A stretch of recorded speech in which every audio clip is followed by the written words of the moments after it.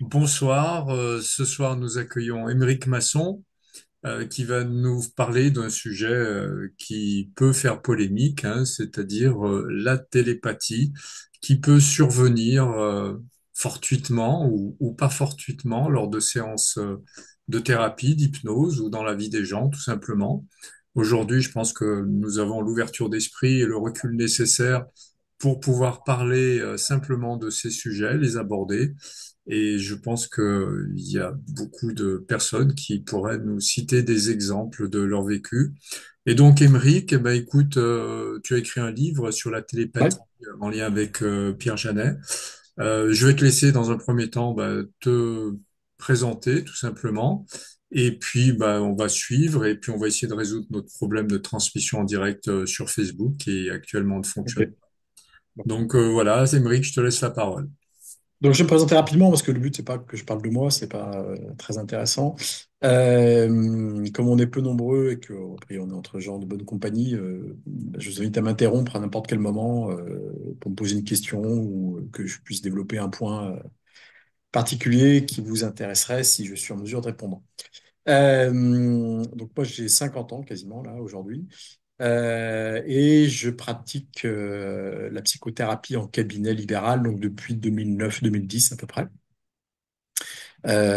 Essentiellement avec l'outil hypnotique, mais voilà, pour moi, l'hypnose est un moyen, on va dire, d'effectuer une psychothérapie et c'est pas un but en soi. Voilà. Euh, bon, j'ai un peu évolué, ça a été un but en soi quand j'ai démarré ma pratique. Et puis au fil du temps, j'ai beaucoup évolué comme sans doute chacun d'entre nous vers des choses plus personnelles qui me correspondent davantage. Et depuis très très longtemps, j'ai un lien quand même assez fort avec l'écriture, le livre, etc. Euh, et puis j'ai eu à cœur de transmettre un peu par l'écrit tout ce que j'avais reçu, que ce soit par l'écrit ou par d'autres canaux. Et donc j'ai commencé à écrire. Donc mon premier livre, ça c'est mon second, était sur Alexandre Dumas et l'hypnose. Et aussi bien celui sur Alexandre Dumas que celui sur Pierre Janet, en fait, étaient des livres que je n'avais pas, en tout cas consciemment, la volonté d'écrire au début. Ce sont des livres qui se sont, pour ainsi dire, imposés à mon écriture, ce qui, bon, très bien. En fait, ce qui fait qu'en, comment dire, le livre que je voulais écrire, je l'ai toujours pas sorti, en fait, aujourd'hui. Du coup, il a évidemment plus tout la même tête et la même forme que ce que j'avais prévu au départ, il y a de ça 5 6 ans. Et puis, il y en a à peu près 5 ou 6 que j'écris en parallèle. Et puis, je sors celui qui est terminé, quoi. Enfin, c'est pas forcément celui par lequel j'ai commencé. Celui sur Alexandre Dumas, j'en parlais un tout petit peu. Il était très, très, très difficile d'accès. D'après les lecteurs que j'ai eus, c'était vraiment quelque chose de très ardu, on va dire réservé à des gens qui s'intéressent au processus même de l'écriture. Donc, c'est plus comment dire, ma vision de qu'est-ce que c'est qu'écrire et à quoi ça correspond exactement. Toujours sous l'angle hypnotique, parce que je suis tombé sur des textes d'Alexandre Dumas où il raconte ses expériences en tant qu'hypnotiseur. Voilà, donc il s'est lancé sans être formé, sans rien, comme ça, une main devant, une main derrière. Il a écrit 7 textes qui n'ont jamais été réédités depuis 1848, que donc, je propose dans mon livre et qui me servent de support, on va dire, sur le concept même de l'écriture, et notamment de la fiction. Voilà. Donc ce livre était très très dur à lire, visiblement, très peu de lecteurs, ce que je comprends a posteriori, mais enfin, bon, voilà. Et il a le mérite d'exister. Et toujours en voulant écrire ce premier livre, hein, qui est très loin de l'aboutissement, je suis tombé complètement par hasard sur des textes de Pierre Janet. Non seulement des textes de Pierre Janet, mais en fait, c'est les premiers textes qu'il a écrits, on va dire, en lien avec la psychologie et l'hypnose.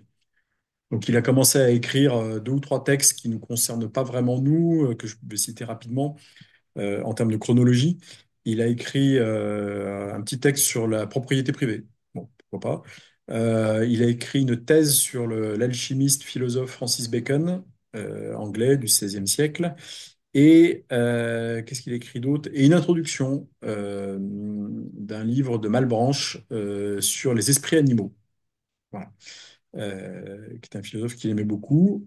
Bon, voilà, c'est ses premiers écrits, on va dire, officiels. et également des manuels de philosophie, très techniques hein, pour passer le baccalauréat. Parce que lui était, on va dire, une thèse en philosophie, une thèse en médecine et une thèse en lettres, je pense. Donc voilà. Donc à l'époque, le diplôme de psychologue n'existait pas. Il n'y avait pas ni diplôme, ni, d'ailleurs, ni d'études. Et ceux qui voulaient faire de la psychothérapie, bah, ils étaient invités à être médecins et philosophes.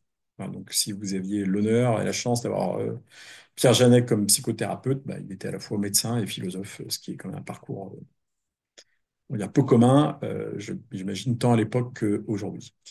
Et donc les premiers textes qui, on va dire, de nature psychologique, on va dire, qu'il écrit en 1885, sont en lien avec l'hypnose et en plus avec l'hypnose télépathique.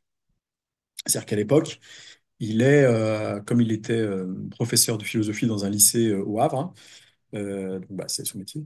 Mais il avait quand même en tête, il avait un plan de carrière, on va dire, notamment via son oncle, Paul Janet, qui était un philosophe connu à l'époque, de se lancer dans le domaine, on va dire, de la psychothérapie, de l'hypnose, etc., qui à l'époque était trusté par Charcot. Et donc, son oncle le pousse à se rapprocher de la médecine, à passer une thèse de médecine, et puis comment dire, à se faire des contacts dans cet univers. Et donc, quand il va au Havre, bah, il se renseigne comme c'est un notable, voilà, il a des introductions et il rentre en contact avec un gars, un médecin qui s'appelle Joseph Gibert, qui était un médecin protestant, c'est important, on le verra par la suite, un peu une sorte d'humaniste un peu de l'époque. Voilà. Et lui, bah, il travaille à l'hôpital, il a une pratique libérale et clinique hospitalière. Et donc lui, au départ, Pierre Janet, lui, il veut travailler sur tout ce qui est schizophrénie, hallucination, etc. Voilà, des gens un peu comment dire, malade, on va dire. Et l'autre n'a pas de cas comme ça sous la main à lui présenter, mais il lui dit, j'ai une gouvernante comme ça dans mon entourage, qui est un peu atypique, qui peut t'intéresser, et si tu veux, je te la fais rencontrer. Donc cette femme, à l'époque, a un certain âge quand même. Nous, Pierre Genet a 20, 24, 25 ans. Et elle a déjà 40 ans, 45 ans. Donc elle a un rôle un peu maternel vis-à-vis de ces gens qui sont très jeunes à l'époque. Et elle s'appelle Léonie Le Boulanger. Voilà. Mon livre est axé essentiellement sur elle. Bon, je l'appelais Pierre Janet parce que Pierre Janet est plus connu et puis c'est quand même lui qui a porté la connaissance. Mais on va dire l'héroïne, le cœur, on va dire, de ce livre, c'est quand même cette femme qui s'appelle Léonie Le Boulanger, qui a démarré sa pratique de manière atypique. Elle s'est fait connaître dans le grand public pour avoir participé à une histoire complètement rocambolesque dont je ne vais pas rentrer dans les détails, c'est très complexe. Il y a un peu d'escroquerie, il y a un peu de trucs comme ça. En gros, c'était une autre femme qui cherchait un trésor enterré dans un château fort. Et donc elle, par des espèces de transes, on va dire, auto-induites, aidait cette femme à creuser aux bons endroits pour trouver le trésor. Bon, en même temps, il y avait un héritage derrière. Enfin, c'est ultra complexe. Je crois que la femme en question, qui était mandataire de cette histoire, a fini en prison ou un truc comme ça, parce que c'était vraiment... Mais bon, elle était quand même étonnante et ce Jeff Zibert donc la connaît et a déjà travaillé avec elle. Il l'a déjà hypnotisé plusieurs fois, mais il n'a jamais fait de publicité. Et Pierre Janet la rencontre et il est estomaqué par ce qu'il voit. Et quand il l'hypnotise, en fait, à l'époque, donc, le mot hypnose existe tout juste, mais ils appellent ça le magnétisme animal, hein, donc, comme on parlait avec Cédric tout à l'heure. Donc on est dans ce cadre. Euh, pour, on va dire, Joseph Gibert, pour Léonie Le Boulanger, alors que le milieu universitaire dans lequel Jeannet se trouve, lui, les gens parlent plus d'hypnotisme avec Charcot et des choses comme ça. Donc, même si toute la pratique de Charcot est née de ce magnétisme animal, c'est une pratique qui est tombée complètement en désuétude vers 1840 à peu près, et qui restait un petit peu en sous-marin. Voilà, au temps de Dumas, c'est un peu la toute fin où les gens comment dire, osent parler de ça. On rentre ensuite dans une phase complètement de creux. Et puis la pratique est réveillée, on va dire, d'un point de vue universitaire par Monsieur Richet. Et c'est lui qui va un peu stimuler Charcot pour qu'il sorte de la métallothérapie, qu'il sorte de toutes ces choses-là pour s'intéresser à ces pratiques. Et donc Charcot les remet au goût du jour, mais en les dépouillant de tout le côté merveilleux. Il s'intéresse uniquement, on va dire, à ce qu'on appelle, on va développer tout à l'heure si on a le temps, entre ce que j'appelle dans mon livre les sujets ouverts ou les sujets fermés. Euh, et Pierre Janet qui veut bien faire, et donc se mettre sous l'aile protectrice de Charcot, donc s'intéresse à l'hypnose, mais tombe sur un phénomène, donc Léonie Boulanger, qui elle ne correspond pas du tout à l'hypnotisme de Charcot, mais au contraire est clairement un sujet dit ouvert. Alors, ces deux modèles que je présente dans mon livre, donc soit le sujet, enfin, soit l'être humain, on va dire, est intrinsèquement un sujet fermé.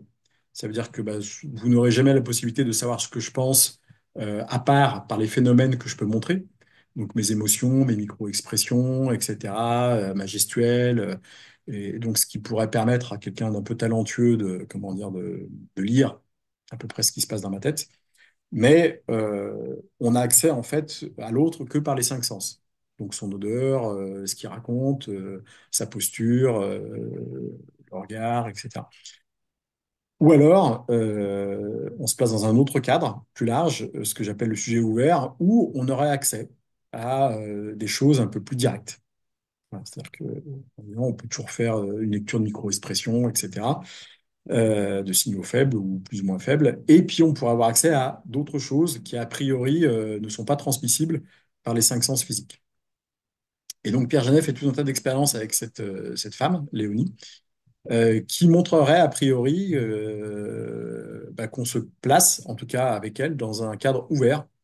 Alors, c'est pas des expériences qui sont, parce qu'à l'époque, bon, encore maintenant d'ailleurs, mais bon, surtout à l'époque, on n'est pas tout à fait dans des conditions dites de laboratoire. C'est-à-dire qu'on pourrait toujours trouver à redire que il y a des trucs, bon, elle a pu avoir l'info par ailleurs, etc. Mais bon, à la longue, c'est un petit peu compliqué de justifier les exploits de cette femme de cette manière-là. C'est-à-dire, par exemple, Pierre Janet se met dans une autre pièce, extrait une carte à jouer, comment dire, d'un jeu de cartes, la met dans une enveloppe, la ferme dans le tiroir, il revient dans la pièce et l'autre devine la carte. Voilà. Donc, bon, voilà. Alors, il fait ça une fois, il fait ça deux fois, il fait ça tout un tas d'expériences avec ce monsieur Joseph Gibert et il les publie une revue, je ne sais plus laquelle à l'époque, enfin, je la cite dans mon livre, une revue assez connue, qui est lue par son oncle devant Charcot. Donc Charcot est un peu déstabilisé puisqu'il ne s'attendait pas à ça. Donc il va pas blackbouler le truc, mais enfin bon, il n'en fait pas trop la promotion.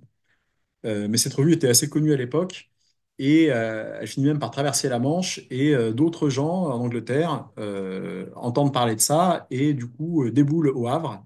Et là, il y a une seconde série d'expériences qui est faite, un peu plus contrôlée, on va dire, en termes scientifiques, avec le même genre de truc. Donc, soit ils font plusieurs expériences, toujours des divinations, on va dire, de cartes à jouer, en gros, hein, de trucs comme ça. Et également, ils font des expériences pour faire tomber cette femme en hypnose à distance sans qu'elle soit au courant. Donc, ils essayent de faire des trucs qui ressemblent. On est comme, bon, je ne suis pas un spécialiste de l'épistémologie scientifique, mais ça ressemble, voire on peut même valider le fait que ça soit en double aveugle. C'est-à-dire que ceux qui vont observer les mises en transe de Léonie Le Boulanger ne savent pas quand ça va être fait et par qui. C'est comme s'ils scindaient le groupe, on va dire. Il y a un groupe, ils se séparent, ils se mettent à plusieurs kilomètres l'un de l'autre. Il y a un groupe qui va décider aléatoirement à quelle heure Pierre Janet va hypnotiser la femme. Et puis celui qui observe la femme, lui, sait que ça va se produire dans la journée, mais il ne sait pas quand. Voilà. Et donc les autres notent sur un papier qu'est-ce qu'ils ont prévu de faire. Et puis ceux qui sont avec Léonie Le Boulanger bah, observent ce qui se passe. Donc en gros, bah, elle, c'est une domestique de l'époque, hein, donc bon, bah, elle fait des trucs, je sais pas, elle fait la cuisine, elle lave la maison, elle était employée chez la sœur de de Jeff Gibert. Et puis, bah, par exemple, le mec décide à 17h55 de l'hypnotiser à distance. Donc Pierre Janet fait des passes magnétiques, hein, ce qu'ils appelaient à l'époque à 17h55. Et les gens qui observent le truc bah, voient que la Lune du Boulanger, à 17h56, à 3 ou 4 km de là, tombe dans une transe hypnotique profonde. Voilà, donc ils refont le truc une fois, deux fois, trois fois. Bon, Pierre Janet, je crois, dans ses mémoires, dit qu'ils l'ont fait 20 fois d'affilée et que sur les 20 fois, il y a 16 fois où ça tombe pile poil, quoi, voilà. Donc, ce qui permet, par ces espèces bon, là, après, des spécialistes pourraient dire ou pas si c'est fait en double aveugle, il faudrait reprendre le protocole, etc. De mon point de vue, hein, je suis pas non plus un expert de la rigueur, on va dire, de qu'est-ce qui est en double aveugle, qu'est-ce qui l'est pas. De mon point de vue, ça ressemble quand même, voire c'est du double aveugle. Voilà, puisque ceux qui observent Léonie ne connaissent pas le protocole, enfin le détail du protocole, quoi. Donc, ils ne peuvent pas, par des signaux faibles, indiquer à Léonie que ça va être à tel moment qu'elle va tomber en hypnose, parce qu'eux ignorent comment dire, l'heure à laquelle ça va se produire. Voilà, donc eux, ils appellent ça à l'époque, le mot télépathie existe, hein, il a été inventé par un des Anglais. Je ne sais pas si vous connaissez cet Anglais qui s'appelle Frederick Myers. Je ne sais pas si vous avez entendu parler de ce gars. C'est vraiment un gars très intéressant. Il y a son frère aussi qui était là-dedans. C'est lui qui a un des fondateurs de cette société anglaise savante basée là-dessus sur le spiritisme, tous ces trucs-là. Là. C'est né à ce moment-là, la Société of Psychical Research, la SPR, qui est encore, je crois, qui existe encore aujourd'hui. C'est une des plus vieilles sociétés qui s'intéresse à ça aujourd'hui. Donc, lui débarque, mandaté par cette SPR, au Havre pour observer comment dire, tous ces phénomènes. Et bon, bah, quelque part, il les valide puisqu'il fait partie des témoins. Voilà. Il y avait Charles Richet est témoin aussi. Ils sont une petite dizaine. Des gens qu'on peut difficilement accuser comment dire, d'invention. C'est des gens qui ont comment dire, ils sont connus dans le monde universitaire, ils sont reconnus, ils ne peuvent pas se permettre d'inventer des choses et d'inventer des trucs pour faire les malins, quoi. Euh, Ils peuvent être soupçonnés d'être naïfs et qu'on se moque d'eux, voilà, d'être victimes de charlatans, ça c'est bien sûr, c'est toujours possible. Mais en tout cas, voilà, le sérieux des personnages, Janet, Gibert et compagnie, c'est des notables, hein. Ils vont pas, comment dire, risquer leur réputation, comment dire, sur des escroqueries conscientes de leur part. Ça, c'est complètement impossible. Il reste donc la manipulation par Léonie Boulanger. Bon, ça paraît vu qu'elle enchaîne les expériences comme ça paraît difficilement, voilà. Ou puis après, il reste le hasard, quoi. Voilà, c'est de la chance et puis on n'en parle plus, quoi. Mais bon, encore une fois, ce qui est intéressant, c'est la rigueur qu'il y a derrière ces expériences et le nombre. Voilà, c'est pas juste deux ou trois trucs qu'elle a réussi, c'est vraiment, elle les enchaîne à la file, quoi. Bon, il y a quelques erreurs quand même, mais enfin bon, quand vous devinez, je sais pas, sur 20 tirages de cartes aléatoires dans une pièce à côté, que vous devinez 16 fois la bonne carte, encore une fois, je ne vais pas faire de statistiques là comme ça en live, mais ça paraît, comment dire, au-delà de la chance, quoi, et de loin. Donc à l'époque, le mot télépathie existe, il était inventé par ce fameux Myers, euh, et les gens, ils appellent ça à l'époque la suggestion mentale, qui voulait dire en fait que on mettait les gens sous hypnose par le mental pur. Voilà. Par une sorte de télépathie, c'est-à-dire que c'est comme s'il y avait un ordre qui quittait, on va dire, le mental de Pierre Janet, et cet ordre, à 3-4 kilomètres de distance, vient impacter Léonie qui tombe en transe. Donc il teste les deux choses, on va dire, à la fois le côté un peu clairvoyance, elle arrive à deviner une carte voilà, dans une enveloppe scellée, et Pierre Janet arrive à l'hypnotiser à plusieurs kilomètres de distance sans que personne qui l'observe, ni elle, ne connaisse l'heure a priori. Voilà. Les expériences ne sont pas complètement reproductibles, c'est toujours pareil quand on voit dans ces phénomènes-là. C'est-à-dire que pour que ça fonctionne, il faut qu'elle valide quelque part l'hypnotiseur. Euh, Si elle est hypnotisée par d'autres personnes que Gibert ou Janet, bah, ça marche pas au moins bien. C'est un peu curieux, mais c'est comme ça. Et donc, en gros, il y a deux textes qui sont écrits par Pierre Janet. Le premier qui a été lu par son oncle, donc Paul devant Charcot en 1885, et puis un deuxième, je crois, dans la foulée, en 1886, qui, euh, qui est écrit et qui relate des expériences similaires. Et ce qui est intéressant, et moi, ce qui m'a surtout intéressé dans mon livre, c'est bah, déjà l'existence de ces textes, sur lesquels je suis tombé un peu par hasard. J'étais, moi, je connaissais Janet par ces trucs classiques après, hein, l'automatisme psychologique, le polypsychisme et compagnie, quoi. Voilà, les personnalités secondes dont parlait Alain tout à l'heure. C'est un peu lui qui a fondé quand même la psychologie, on va dire, telle qu'elle est pratiquée aujourd'hui, hein. C'est vraiment lui le fondateur. Jung, par exemple, dans l'introduction de son livre rouge, dit qu'il a 3 maîtres à penser, hein. Il y a 3 personnes qui l'ont formé, qui ont formé sa psyché, etc., et sa pratique. C'est ben, un Suisse, le psychiatre suisse là, qui avait la clinique dans laquelle il travaillait, qui s'appelait Bleuer. Un autre Suisse qui s'appelait Fournoy, je ne sais pas si vous l'avez connu, il a écrit Des Indes à la planète Mars. Il avait aussi, pareil, une fille qui prétendait sous hypnose aller sur la planète Mars. Bon, évidemment, il s'avérait que c'était plus fantaisiste qu'autre chose, hein.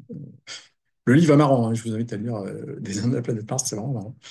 Euh, mais à l'époque, tout le monde savait, à part la fille en question, que c'était inventé, hein. C'est-à-dire que Flournoy ne croit pas une seule seconde que la nana va sur Mars, quoi. Mais elle, elle y croit vraiment. Donc voilà, il écrit toute une théorie là-dessus. Et puis le troisième maître à penser de Jung, c'est donc Janet, Pierre Janet. Et donc Jung va même prendre une année sabbatique quand il est en Suisse, là, à la clinique de Bleuer, pour aller à Paris se former au Collège de France et écouter les cours de Janet pendant un an, 1904 de mémoire.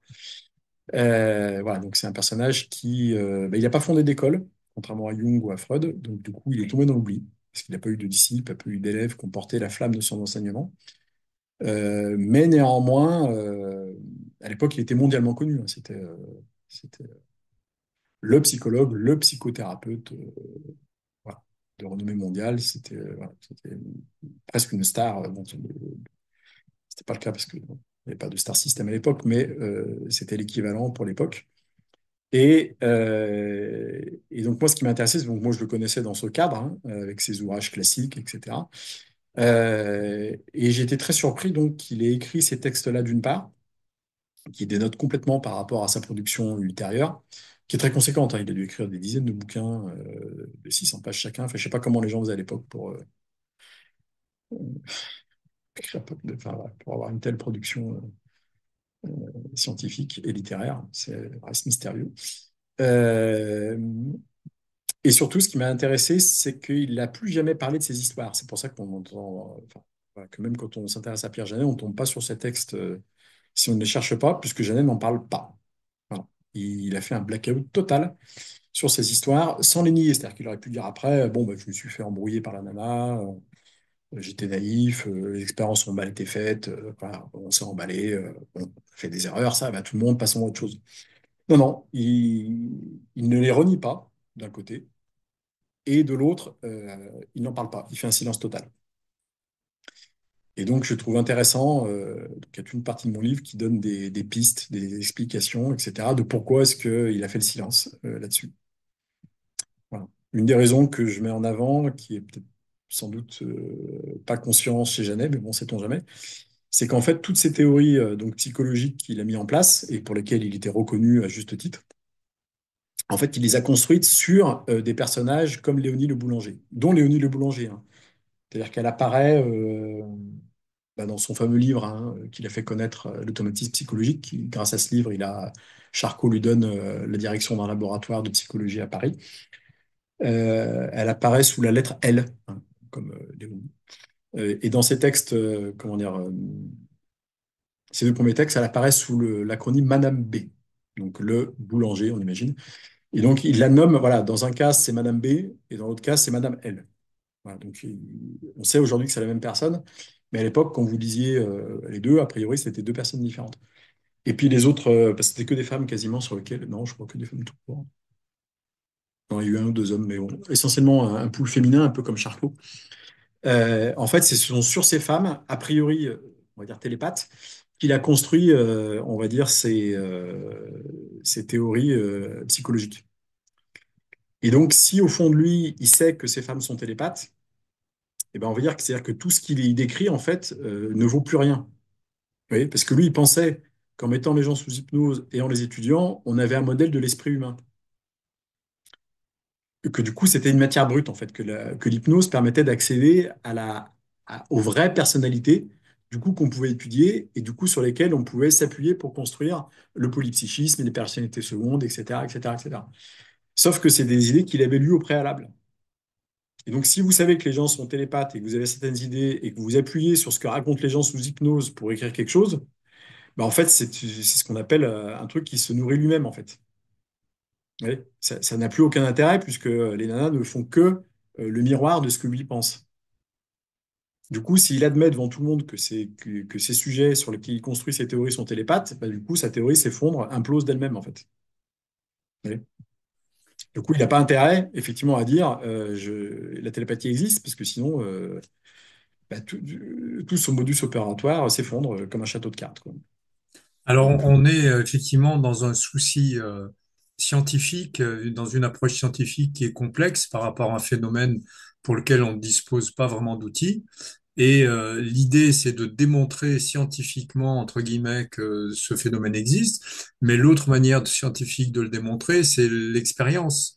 Euh, Oui, L'expérience que peuvent avoir vécu un certain nombre de personnes euh, par rapport à cette manière de faire. Moi, je pourrais, là, pendant que je t'écoutais, il m'est revenu une situation qui, à ce jour, est toujours inexpliquée pour moi. Ça s'est passé dans la commune où j'habite. On m'avait invité à faire une conférence dans l'hôpital local. Il y avait une trentaine de soignants. Il y avait la responsable, la cadre infirmière supérieure qui était là, des infirmières, des aides-soignants. Et j'ai présenté divers outils. Et à un moment donné, j'ai proposé à une personne de faire une séance. Alors à la base, c'était avec mes outils à moi, hein, de la méthode Holo, sans qu'elle ait à y mettre quoi que ce soit de son problème. Mais si elle avait un gros problème à résoudre, c'était l'occasion d'en profiter. Donc il y a vite une jeune infirmière qui a levé la main, qui est venue, qui s'est installée. J'ai fait mon petit truc là tranquillement. Bon, en quelques minutes, elle avait du mal à se souvenir de quoi était constitué son problème. Et puis, je sais pas pourquoi, il m'a pris l'idée de faire un truc par rapport à ce que j'étais en train de réaliser. Je dis, elle allait repartir à sa place. Je dis, non, attends, assieds-toi un instant. Elle était à 3 mètres devant moi. Elle était à 90 degrés par rapport à moi. C'est-à-dire qu'elle regardait dans cette direction et moi, j'étais sur le côté. Donc, j'ai simplement dit de continuer à regarder dans cette direction. Et là, j'ai fait un truc et j'ai simplement vu sa tête s'affaisser comme ça. Et elle est partie dans une transe profonde, alors que je lui ai pas adressé la parole. Je lui ai rien dit. Et ça me fait vraiment penser à un phénomène comme ça. J'étais incapable jusqu'à présent de décrire ça, mais ce que tu as raconté m'a vraiment parlé. Donc, je suis pas capable de te décrire ce qui s'est produit. Je peux juste te dire que la fille était vraiment partie très loin, parce qu'elle est venue me voir à la fin de la conférence. Elle m'a dit, vous m'avez fait quoi tout à l'heure? Vous m'avez fait quoi? Je lui dis, ben, ça dépend, il y a eu deux choses. Je dis, ben, la première, elle me dit non, l'autre. Elle dit, parce que vous m'avez parlé à un moment, mais j'ai pas compris ce que vous m'avez dit, mais je sais que vous m'avez dit des choses. ouais.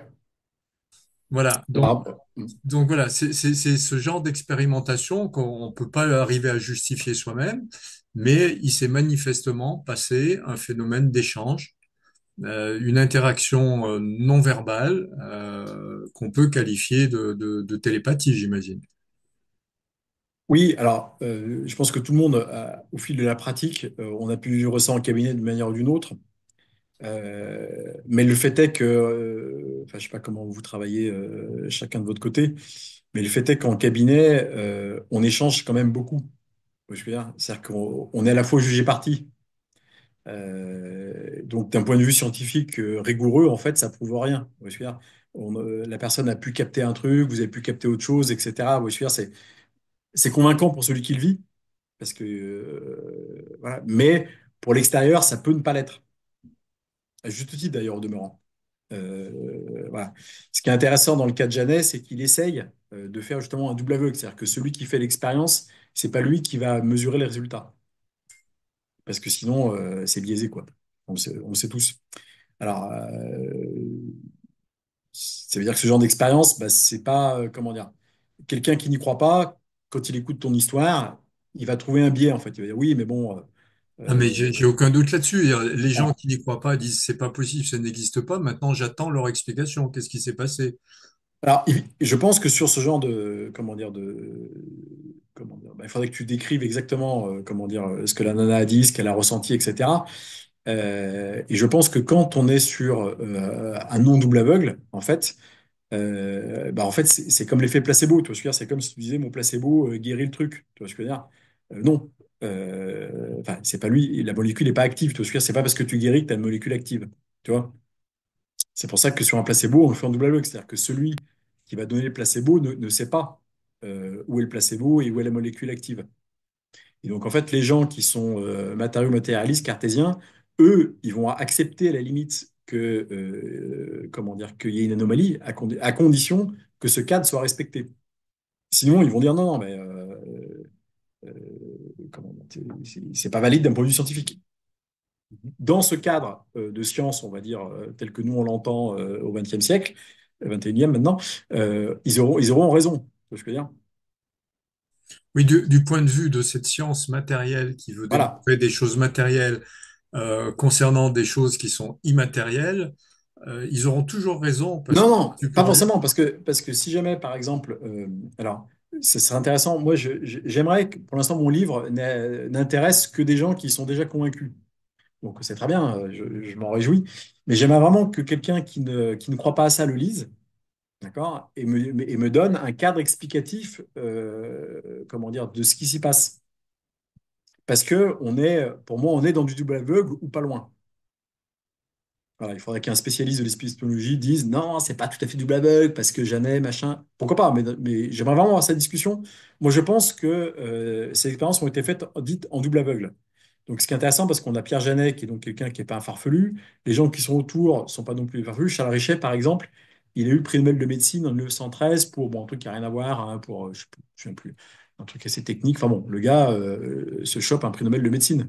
Donc, voilà, c'est pas, bon, même si c'est 1913, je crois que c'est un truc quand même qui aujourd'hui est encore d'actualité. C'est-à-dire que c'est pas une billevesée d'il y a un siècle. C'est une vraie avancée médicale. Voilà, le gars, voilà.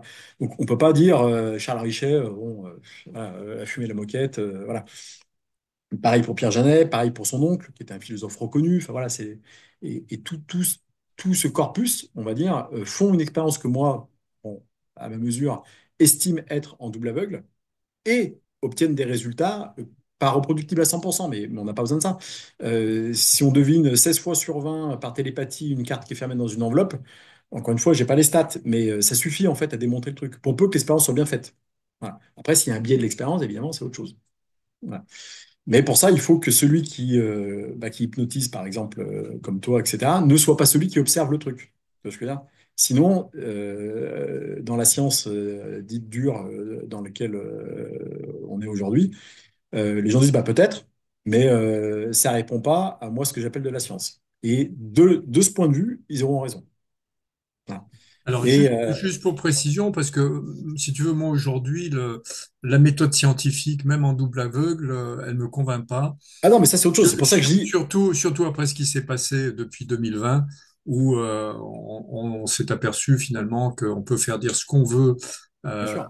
aux résultats scientifiques, y compris lorsqu'ils sont en double aveugle. Enfin bon. Bien sûr, mais il n'empêche qu'aujourd'hui, c'est le cadre. Oui, oui, Comment dire, mais il vaut plus grand-chose à mon avis. Enfin, ça, c'est mon opinion, hein. mais ça, c'est autre chose. C'est-à-dire que je me place pas dans ce cadre-là du tout, en fait. Enfin, dans cette critique, évidemment, du cadre. C'est-à-dire que je présente, comment dire, ce cadre, on va dire, dit science de double aveugle, d'accord? Et je dis, je prétends, après je peux me tromper, voilà, que les premières expériences de Pierre Janet se placent dans ce cadre. Ah, ça, je suis d'accord. Ça a Voilà. été fait de cette manière-là à l'époque où ils étaient certainement plus sérieux qu'aujourd'hui, Euh, dans l'intention.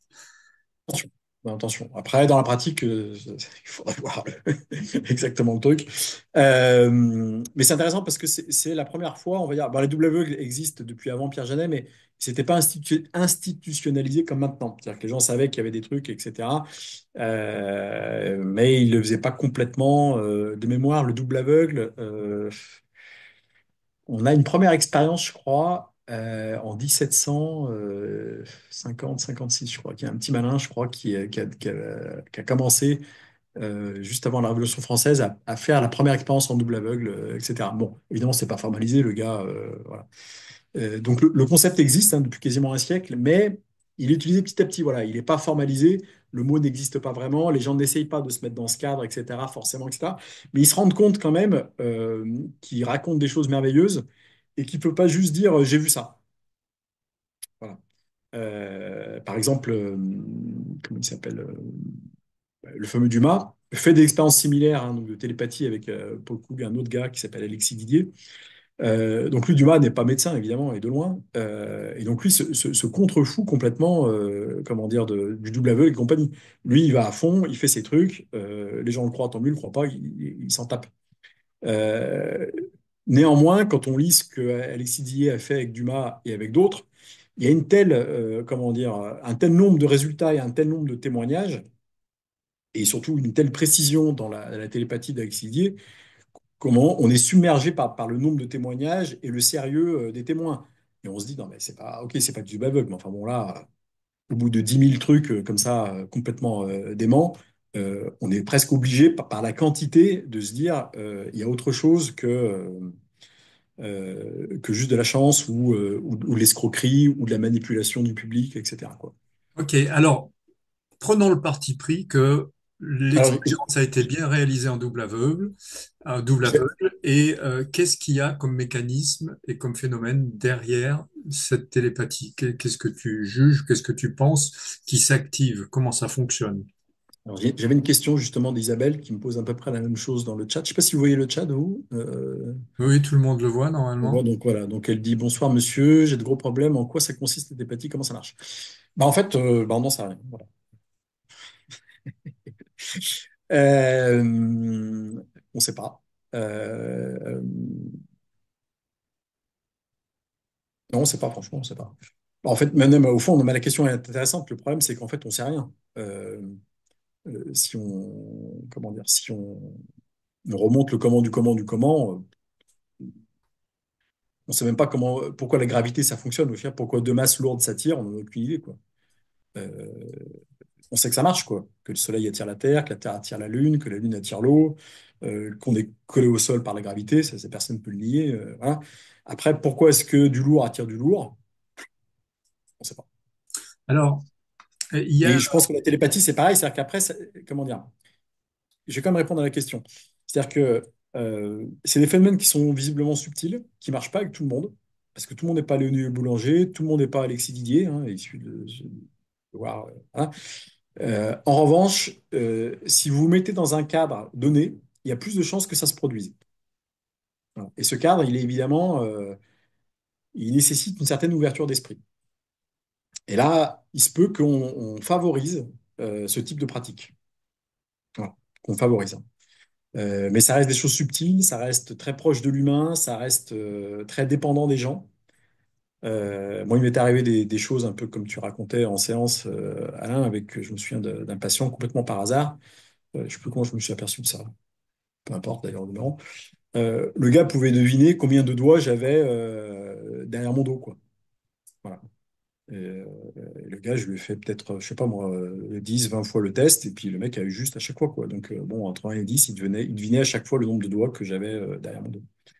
Bon, voilà, ça n'a aucun intérêt en soi, évidemment, à sauf, part le fait. sauf à démontrer qu'il y a un phénomène Oui, mais encore une fois, là, incapable d'exister, voilà, d'expliquer, pardon, qui existe, qui est réel. voilà. Mais encore une fois, c'est moi, je suis l'expérimentateur et l'observateur. Tu vois ce que je veux dire? Donc, on ne rentre pas dans le cas du aveugle, etc. Donc, les gens qui sont dans ce prisme, en fait, vont dire, bah oui, mais non. Voilà. Et dans ce prisme, ils auront raison, hein. Il faut pas, voilà. Après, on peut dire, ce prisme est trop étroit, je veux pas rester dedans, et ça, c'est autre chose. Mais si on veut comment dire, convaincre les gens, ben, en fait, il faut aller sur leur propre terrain, en fait. On ne peut pas convaincre les gens en restant là où on est, en fait, parce que ces gens-là, a priori, ne veulent pas aller ici. Bon, ils veulent pas, on ne va pas les forcer, hein, voilà. Donc, mon livre, quelque part, n'a pas été écrit pour convaincre personne, parce que c'est pas le but, mais, comment dire, présente des expériences, enfin, le deuxième, pas le premier, justement, euh, justement, où, a priori, le paradigme scientifique tel qu'il est validé aujourd'hui par les instances officielles est respecté. Voilà. Donc j'aimerais beaucoup que quelqu'un qui soit sceptique lise ce livre et me dise, bah non, là, Aymeric, regarde, tac, tac, tac, pour telle raison scientifique, ce que tu racontes ne montre pas ça. Voilà. Et vraiment, je serais enchanté d'avoir un sceptique. Mais Euh, c'est une bonne porte d'entrée, hein. Je pense que ton bouquin est oui, vraiment très intéressant justement pour les sceptiques, pour les gens qui ne croient pas du tout, et au moins pour créer un doute raisonnable dans leur esprit oui, qui leur fasse penser que ben, il y a des raisons effectivement d'imaginer qu'il se produit des phénomènes qu'on a pu recréer d'une manière ben, justement entre guillemets scientifique qui démontre qu'il n'y a pas de supercherie et qu'il y a voilà. une réalité du phénomène. C'est ça. Voilà. Après, si je me trompe, moi, je suis pas du tout accroché à ça. Moi, j'aime beaucoup comment dire, la controverse intellectuelle, etc. Et je suis vraiment enchanté de discuter tranquillement sur la validité de comment ces expériences ont été faites, de leur réception. Est-ce qu'il n'y a pas un modèle explicatif que j'ai pas vu? C'est tout à fait possible. Et je ne marque-boude pas du tout sur ces histoires. Voilà, moi, je les aime bien à titre personnel. Quand je peux les utiliser en thérapie, bah, évidemment, je ne m'en prive pas. Euh, mais voilà. Je donne un autre cadre aussi explicatif pour toujours Isabelle j'espère que je réponds à tes messages.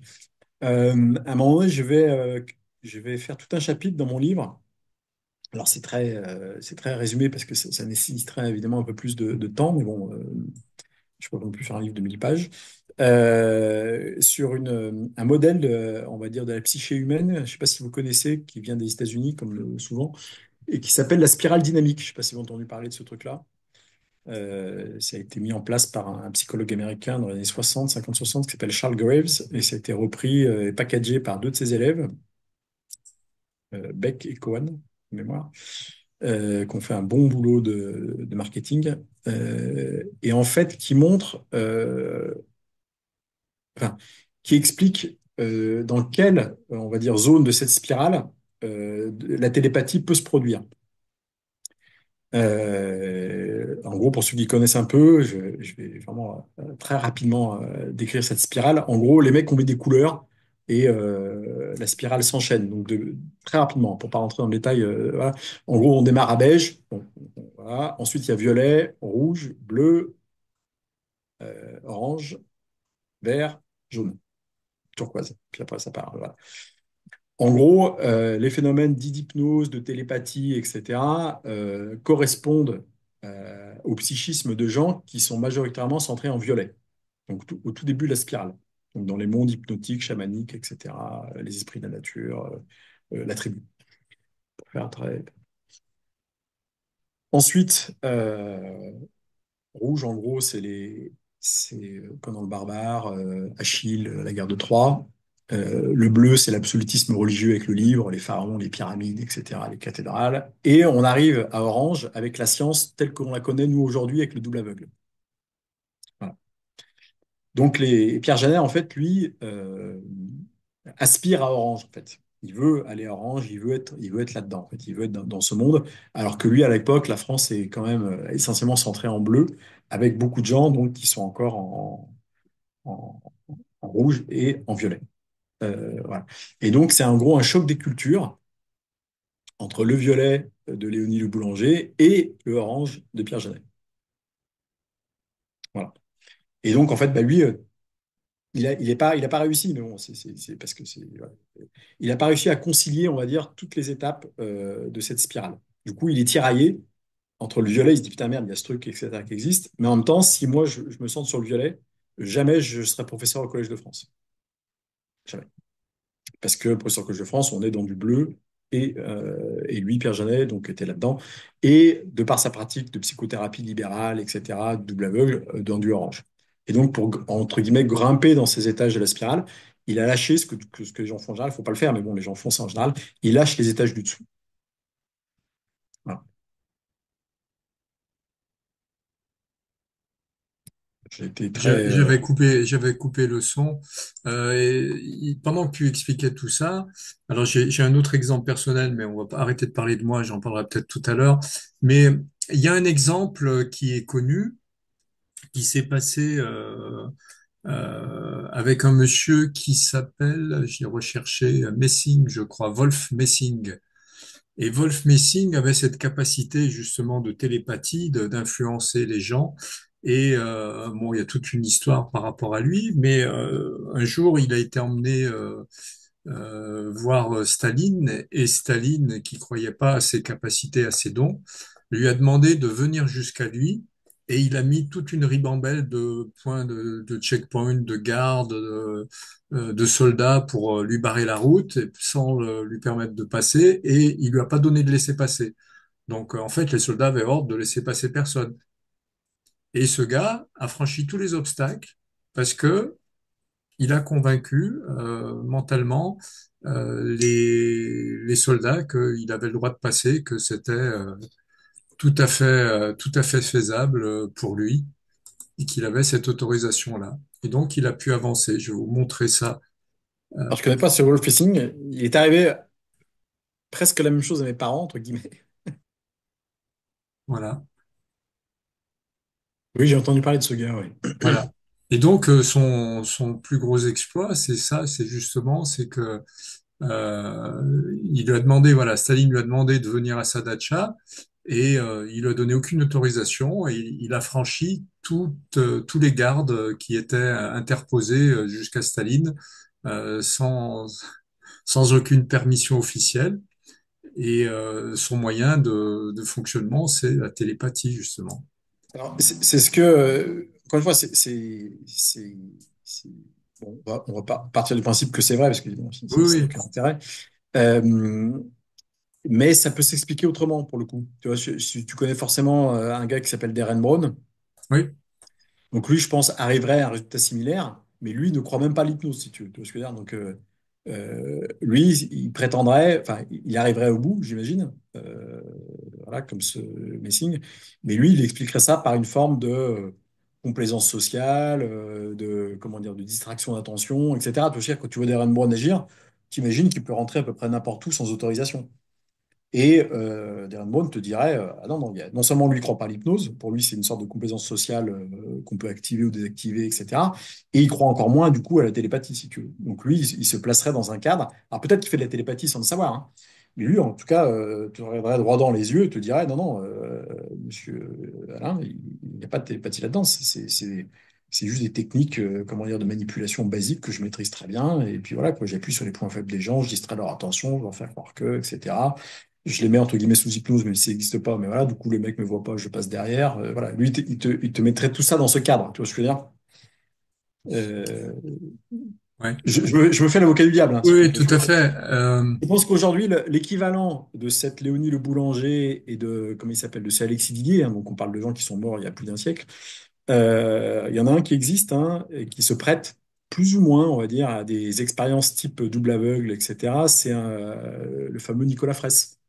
Ah oui, bien sûr, qui a été testé par Un institut, je l'Institut sais plus comment ça s'appelle. Noesis, l'Institut Ouais, Noesis.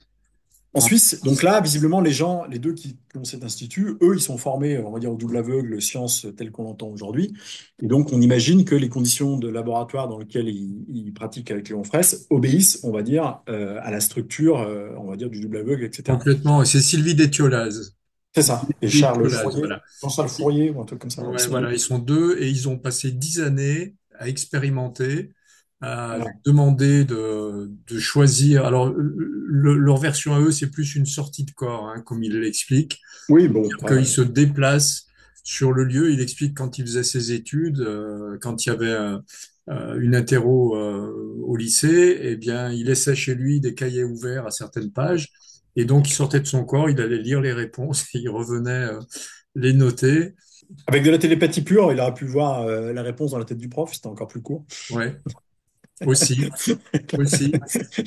Oui, mais enfin, lui, il parle pas vraiment de télépathie, hein. C'est Non, c'est pour ça. Non, non, mais que de au fond, sortie de corps. que ça soit de la télépathie ou pas, moi je prends ce mot télépathie parce qu'aujourd'hui il est connu, parce que Pierre Janet et ses comparses emploient le terme de suggestion mentale qui, tel qu'il l'emploie à l'époque, est un pur synonyme de télépathie. Donc je prends ce truc-là pour, comment dire, pour faire mon titre de livre. Mais c'est un bon exemple, hein. Je pense que c'est un très bon Mm. exemple parce que ça montre qu'il y a des phénomènes non physiques qui existent, euh, Voilà. qui emmerdent beaucoup les cartésiens parce que ils aimeraient bien pouvoir prouver que c'est faux, mais prouver que c'est vrai, c'est aussi difficile que prouver que c'est faux. On sait aujourd'hui qu'en Bah, médecine, prouver que c'est faux, tu peux jamais prouver que c'est faux, hein. et si, alors en médecine, il y a beaucoup de thèses qui sont faites maintenant pour démontrer que telle méthode, telle recherche, tel truc ne fonctionne pas. Oui, mais ce que tu montres, c'est que un protocole ne fonctionne pas. Si tu veux prouver qu'un truc est faux, tu vois, enfin, ou pas qu'il est faux, mais prouver qu'un truc n'existe pas, prouver un truc faux, si c'est facile. Prouver qu'un truc n'existe pas, c'est très compliqué. Parce que là, tu peux pas prouver qu'un truc n'existe pas. Tu peux prendre Nicolas Fraisse et dire non, non, là, pas respecté. Tu peux prendre Janet, là, pas respecté. Mais tu pourras jamais faire une expérience qui montre que la télépathie n'existe pas, si tu veux. C'est impossible. C'est d'ailleurs pour ça qu'ils ne le font pas, parce qu'ils disent, mais attendez, si je dois prendre chaque expérience dite télépathique et prouver que c'est faux, je vais y passer ma vie. Moi, j'ai pas que ça à foutre, quoi. Il y a un Donc, exemple qui est connu de tout le monde, hein. Je pense que tout le monde a dû en parler, entendre parler de ça. C'est ce qui se passe qu'entre des vrais jumeaux qui sont éloignés de grandes distances, quand il y en a un qui a un problème, l'autre le sait immédiatement. mm, Et il dit, il n'a pas besoin qu'on lui téléphone, qu'on lui envoie un message. ouais. Il dit, ah, il a eu un problème, elle a eu un problème, il y a un souci. Ils le savent. Ouais, Ça, c'est de la télépathie. On dit, oh ben une non, forme de télépathie. tu vois, tous les gens qui veulent prouver le contraire, moi, ils m'agacent de plus en plus. Oui, oui. Et j'ai pas Mais envie bon, de chercher à les convaincre, hein. Moi, je sais. non, il ne faut pas chercher. Voilà, il faut Voilà. juste présenter ce que font Fraisse, Détoliaz et Fournier. Exactement. C'est-à-dire, ils font leur truc dans leur coin, ils le publient, voilà, et puis bon, bah, celui qui s'intéresse va accéder au truc et puis essayer d'intégrer ça dans son cadre psychique. Bon, Juste pas vous interrompre parce que allez-y. euh, qu'est-ce qu'on fait des soldats qui sont formés en remote viewing, hein? On est quand même à l'ère où des soldats sont plus sur le terrain quand même et ils sont entraînés psychiquement. Donc ça, si les armées sont bien sur ce genre de choses, c'est bien que ça existe. Oui, après, il y a beaucoup de choses à l'armée qui sont développées, qui sont foireuses, hein. Donc, l'armée n'est pas un gage de qualité, hein. Moi, j'ai fait. Voilà. J'ai Ouais, mais entendu parler. aujourd'hui, il viendrait pas à l'idée de dire que dans l'armée, ça n'existe pas. Qui ait Non, vu une non. chose foireuse, d'accord, peut-être même 10, mais tout ça n'est pas que Non, inventé. après, ce qui est certain, c'est qu'il y a des gens dans l'armée qui y croient. Ça, c'est clair et net. Ah, Parce que, puis comme vous des types dites, qui sont entraînés. ah oui, oui, bah, si vous y croyez, après, bah, vous avez des moyens et donc vous le faites. Bah, ils sont même Euh, sélectionnés pour ça. ah ouais. Ils sont repérés, ils sont sélectionnés, ils Ouais. sont entraînés. Ah ouais. Mais évidemment, comment dire, soit ça marche pas, et dans ce cas, bon, bah, il n'y a pas besoin d'en parler. Et si ça marche, bah, l'armée va pas se vanter de faire des trucs pareils, vous voyez ce que je veux dire? C'est-à-dire que si vous avez des gens qui font effectivement du route moving et que ça marche, vous n'allez pas, comment dire, révéler que ça fonctionne, puisque ça en fait une arme extrêmement efficace. Et il vaut mieux que le gars en face ne sache pas que vous pouvez viser ses armes à distance, son bunker et compagnie, quoi. Donc vous allez fermer votre gueule, quoi. Sauf que tout le Donc, monde le sait quand même que c'est pratiqué. Enfin, tout le monde. Ah, euh, je beaucoup. sais pas. Oui, oui, mais bon, par exemple, imaginons je sais pas, moi, j'ai pas d'entrée dans l'armée, mais imaginons que, je sais pas, l'armée française ne croit pas à ces histoires, je veux dire, parce qu'il y a quand même peu de communication là-dessus. Mais du coup, les gens ne se protègent pas contre, vous voyez ce que je veux dire? Il y a Hmm. forcément des armées qui y croient pas. Donc, du coup, même si les États-Unis, il y a des trucs, parce que souvent c'est eux qui en parler de ces gens-là chez eux, même si ça transpire un peu et que vous et moi, on est au courant, à la limite, peu importe que nous, vous et moi, on y croit, puisqu'on n'a pas, enfin, en tout cas, je suis pas responsable de programme militaire. Je pense que c'est pareil pour vous ici, de cette table. Donc nous, ce qu'on croit, ce qu'on ne croit pas, ça n'a aucune importance. Ce qui est important, c'est que l'armée française n'y croit pas. Oui. Et donc, du coup, ne se protège pas, Ah ne non, protège non, pas. non, non, Émeric, je pense qu'on peut dire qu'une partie de l'armée française fait semblant de ne pas y croire, mais Ça, j'en sais rien. J'aimerais c'est avoir des c'est gens des qui, programmes spéciaux quand même. Bah, oui, je sais pas. Franchement, je sais pas. Je pense que, comment dire, pour avoir vu, enfin, pour regarder ce qui se passe dans l'armée, c'est quand même des gens, pas tous, hein, mais qui sont quand même, par définition, comme ça, quoi. Je veux dire, si vous êtes un peu, vous n'êtes pas attiré par l'armée normalement. Et s'il y avait une erreur de casting, vous y restez pas très longtemps, quoi. Donc, du coup, c'est compliqué pour l'armée de Je se dire, suis, je veux des mecs qui sont comme ça, et en même temps, voilà. je crois que c'est une vision un peu ancienne de l'armée parce qu'ils Peut-être. savent très bien maintenant qu'on n'est pas égaux et que c'est plus le type qui fait 1,98 m et qui est baraqué et qui est J'entends entraîné bien. qui les intéresse, hein. J'entends C'est bien. c'est le mec type Nicolas Fraisse. Ils Oui, alors, savent maintenant. ils savent, mais comment dire? Prenons un exemple, par exemple, qui est connu, parce que le gars a témoigné, comment il s'appelle? C'est dans un autre domaine, mais vous dire c'est similaire. Le mec s'appelle, j'ai oublié son nom, Jean-Pierre Petit. Vous connaissez Jean-Pierre Oui. Petit? Ouais, Voilà. ouais. Sur la Donc lui, MHD. ouais, bah Hmm. lui, pendant des années, il a dit à l'armée française, il faut faire la MHD, machin. Les mecs, pourtant, c'était de la science, on n'était pas dans du remote viewing, hein, on était vraiment dans des trucs, dans des équations de mécanique des fluides, des plasmas, enfin des trucs vraiment de la science pure et dure. Je veux dire. Et ça a fait des armes complètement démentes qui sont utilisées aujourd'hui, d'accord? Et Par les visiblement, Russes. par les Russes notamment. Et force est de constater, d'accord? Et Jean-Pierre Petit le dit, d'accord? Qu'il n'a pas été écouté. Ouais. Donc, Alors, moi, la raison pour laquelle il n'a pas été écouté, c'est qu'il a expliqué que les équations, il les avait pas inventées, qu'elles lui avaient été transmises par des êtres venus d'ailleurs, qui s'appellent les non, Numéros. non. Les équations de la MHD, elles datent, c'est des Français qui ont découvert ça au 19e siècle. On les connaît depuis très longtemps. Ce qu'ont fait ces fameux humides, c'est qu'ils ont validé les équations, ils les ont raffinées. Je veux dire, mais la MHD n'a pas du tout été inventée par les humides, même si Jean-Pierre Petit a cette histoire un petit peu avec les humides. Non, la MHD, c'est un truc qui existe depuis le 19e siècle. Donc, c'est des équations qui sont parfaitement connues de tout le monde. Et comme le modèle Janus, etc., c'est des modèles qui ont existé, qui ont été développés par des humains. Et ce qu'ont fait les humides, c'est qu'ils ont raffiné le truc. Alors, bon, qui sont ces humides? On va pas rentrer là-dedans, ça serait un autre débat. Non, non, mais la MHD, c'est un truc qui existe depuis 1895, un truc comme ça. Donc, c'est pas du tout extraterrestre. Et en tout cas, ce qui est certain, c'est que l'armée française a fermé la porte à ce type sur des choses qui étaient peut-être un petit peu exotiques. Le type était un petit peu farfelu, certes, mais enfin bon, le mec chercheur au CNRS, il a des publis longs comme ça, longs comme mon bras. Voilà. Et donc, clairement, ce type avait raison. D'un point de vue militaire, après, d'un point de vue éthique, ça se discute évidemment à l'infini. Et donc l'armée l'a foutu dehors. Donc j'imagine mal l'armée mettre dehors Jean-Pierre Petit et développer, en France en tout cas, hein, et développer avec des moyens conséquents et un sérieux de bonne loi du remote viewing. J'ai beaucoup de mal à faire coïncider le rejet de l'un, alors qu'on est plutôt dans la science dure, et l'acceptation de l'autre, où on est plutôt dans des pratiques que je qualifie, Donc, pour moi, d'exotiques, quoi. je vais faire un peu la perturbatrice, mais le Vas-y, propos, oui. c'est quoi? C'est de faire évoluer la science en France ou Comme ça. mondialement? Puisque les Russes, ils ont la MHD. Donc, Ah que bah les maintenant, les Français gens. ne suivent pas, peut-être pour des raisons budgétaires et politiques, et puis peut-être qu'on peut imaginer que la France, l'armée française a été choisie pour ne pas être un fer de lance, alors que l'armée russe, oui. Parce que tout ça, c'est politique, peut-être géopolitique au niveau mondial.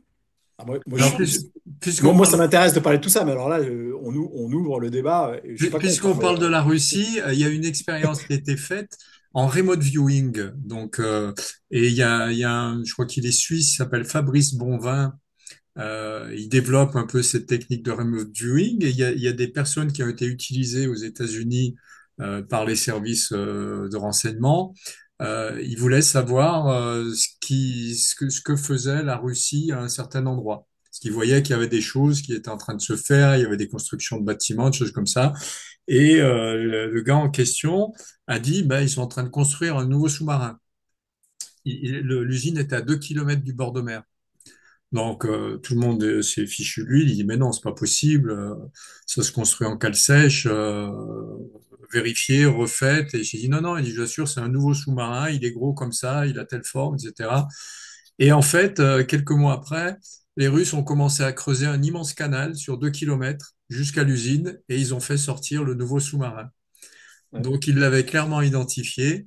Moi, j'ai vraiment aucun doute sur ces capacités qu'on a, qu'on peut appeler sixième sens ou autre. On a des capacités qui sont au-delà du physique, de perception. On est plus ou moins connecté selon les gens. On est un petit peu comme des postes de radio, hein. Si on est tuné sur les mêmes fréquences, ben, l'information passe. Et alors, je vais quand même parler de la petite expérience en double aveugle pour le coup qui m'est arrivée. Je déteste les chats. Je les supporte pas. Et il se trouve que ma compagne voulait absolument un chat. Donc j'ai quand même accepté d'avoir ce chat, mais ça m'embêtait beaucoup parce que ça me provoquait vraiment des réactions pas agréables. Et un jour, ça m'a provoqué une réaction vraiment un peu forte. Donc je me suis installé tranquillement dans mon bureau et je me suis fait une séance holo à moi-même. Et j'ai travaillé, je suis parti sur des choses, des situations où, à cause de chats, j'avais vécu des problèmes très graves. Je crois même que j'étais mort à cause d'eux. Enfin, il s'était passé des choses comme ça. Ça s'est passé dans ma perception des choses. Donc, il y a que moi qui savais que je travaillais là-dessus.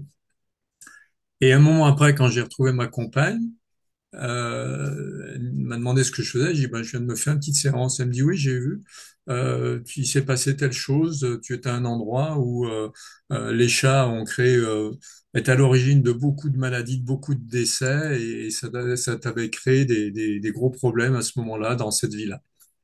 Donc là, on est typiquement dans un double aveugle, puisqu'elle ignorait complètement ce que je faisais. Et moi, je lui ai rien expliqué de tout ça. On a juste parlé de ce voilà, que je venais de vivre cette expérience-là.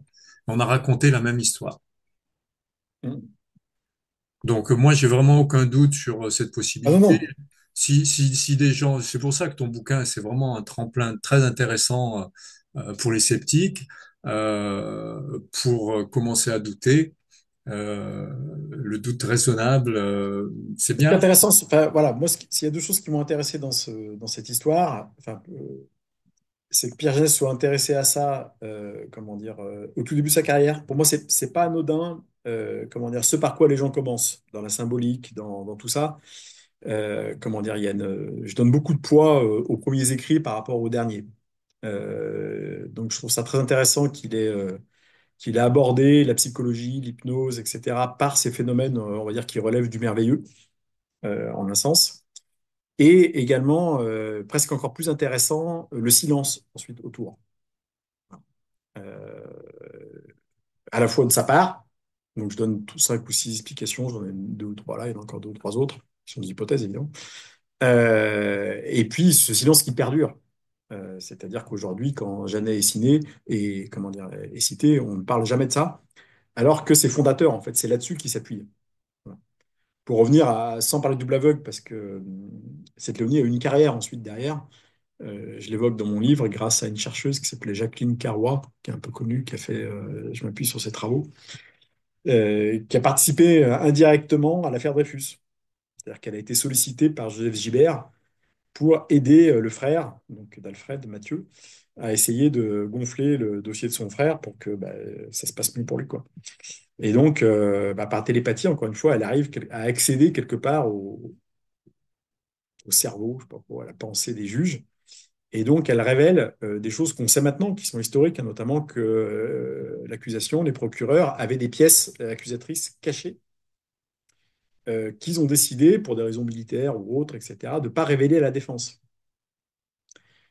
Et donc, ce qui fait que ça peut se comprendre d'un point de vue stratégique militaire, mais d'un point de vue de la justice, non. C'est-à-dire que vous n'êtes pas censé, dans un procès, fournir des pièces au juge qui les garde pour lui. Parce que vous ne pouvez pas vous défendre. Vous ne savez pas que l'autre a des pièces dont vous ignorez l'existence. Donc, ça rendrait le procès, on va dire, caduc. Voilà, pour une vice de forme, on va dire. Alors, on sait qu'il y avait ces pièces cachées. Il y avait en gros que les juges, plus le président de la République, Félix Faure à l'époque, etc., qui connaissaient l'existence de ça, mais qui avaient décidé de se taire pour des raisons qui leur étaient propres. Et elle révèle également le nom de l'espion allemand qui était à qui on transmettait ces infos. Et donc, elle, bon, c'était une gouvernante du Havre. En aucune manière, elle trempait dans ces histoires d'espionnage, de canons, de militaires, d'espions, etc. Et donc, elle fait ses révélations sur les pièces cachées, sur le nom de l'espion en question, qui était connu de personne à l'époque, à part d'un petit milieu très, très, très précis avec lequel elle était évidemment pas en contact. Et donc, l'autre arrive au procès avec cette nana, commence à faire ses révélations sur ce qu'elle raconte, etc. Et là, en fait, ça se retourne contre Mathieu et son frère, puisque les gens étant déjà dans une optique, on va dire, cartésienne pure et dure, éclatent de rire en disant, mais attendez, si vous êtes obligé de faire venir des sorcières au procès, c'est que votre frère est coupable, parce que pour avoir des arguments pareils, c'est qu'il faut pas avoir d'arguments du tout, quoi. Et donc les gars se rendent compte qu'en fait, ils se sont tirés une balle dans le pied avec cette nana, et donc ils la retirent à toute allure du procès, puisque même si elle révélait des choses justes, la manière dont elle les révélait desservait la cause qu'ils voulaient défendre. Donc c'était ballot, évidemment. Donc du coup, ils ont vite retiré cette pièce du procès, puisque c'était contre-productif. Mais aujourd'hui, avec le recul, les révélations qu'elle fait, alors elle fait des révélations très intéressantes en termes de procès, en termes de trucs, et elle fait vraiment des révélations complètement anecdotiques sur des lunettes et des lorgnons que Dreyfus n'avait plus à casser en prison, etc.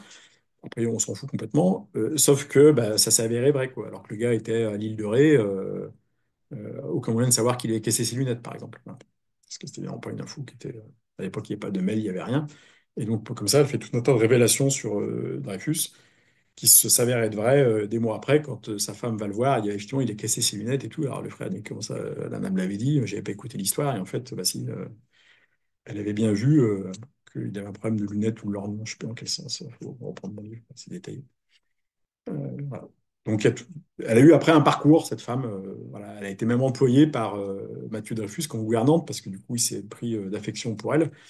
Et il lui a fait elle a prédit la Première Guerre mondiale et qu'il allait avoir des fils qui allaient mourir dans cette guerre. Et effectivement, toutes ces prédictions, malheureusement dramatiques, se sont avérées correctes. Voilà. On a Mais on sait reçu pas comment. Jean-Pierre Girard, dans nos conférences qui a évoqué des phénomènes identiques, hein.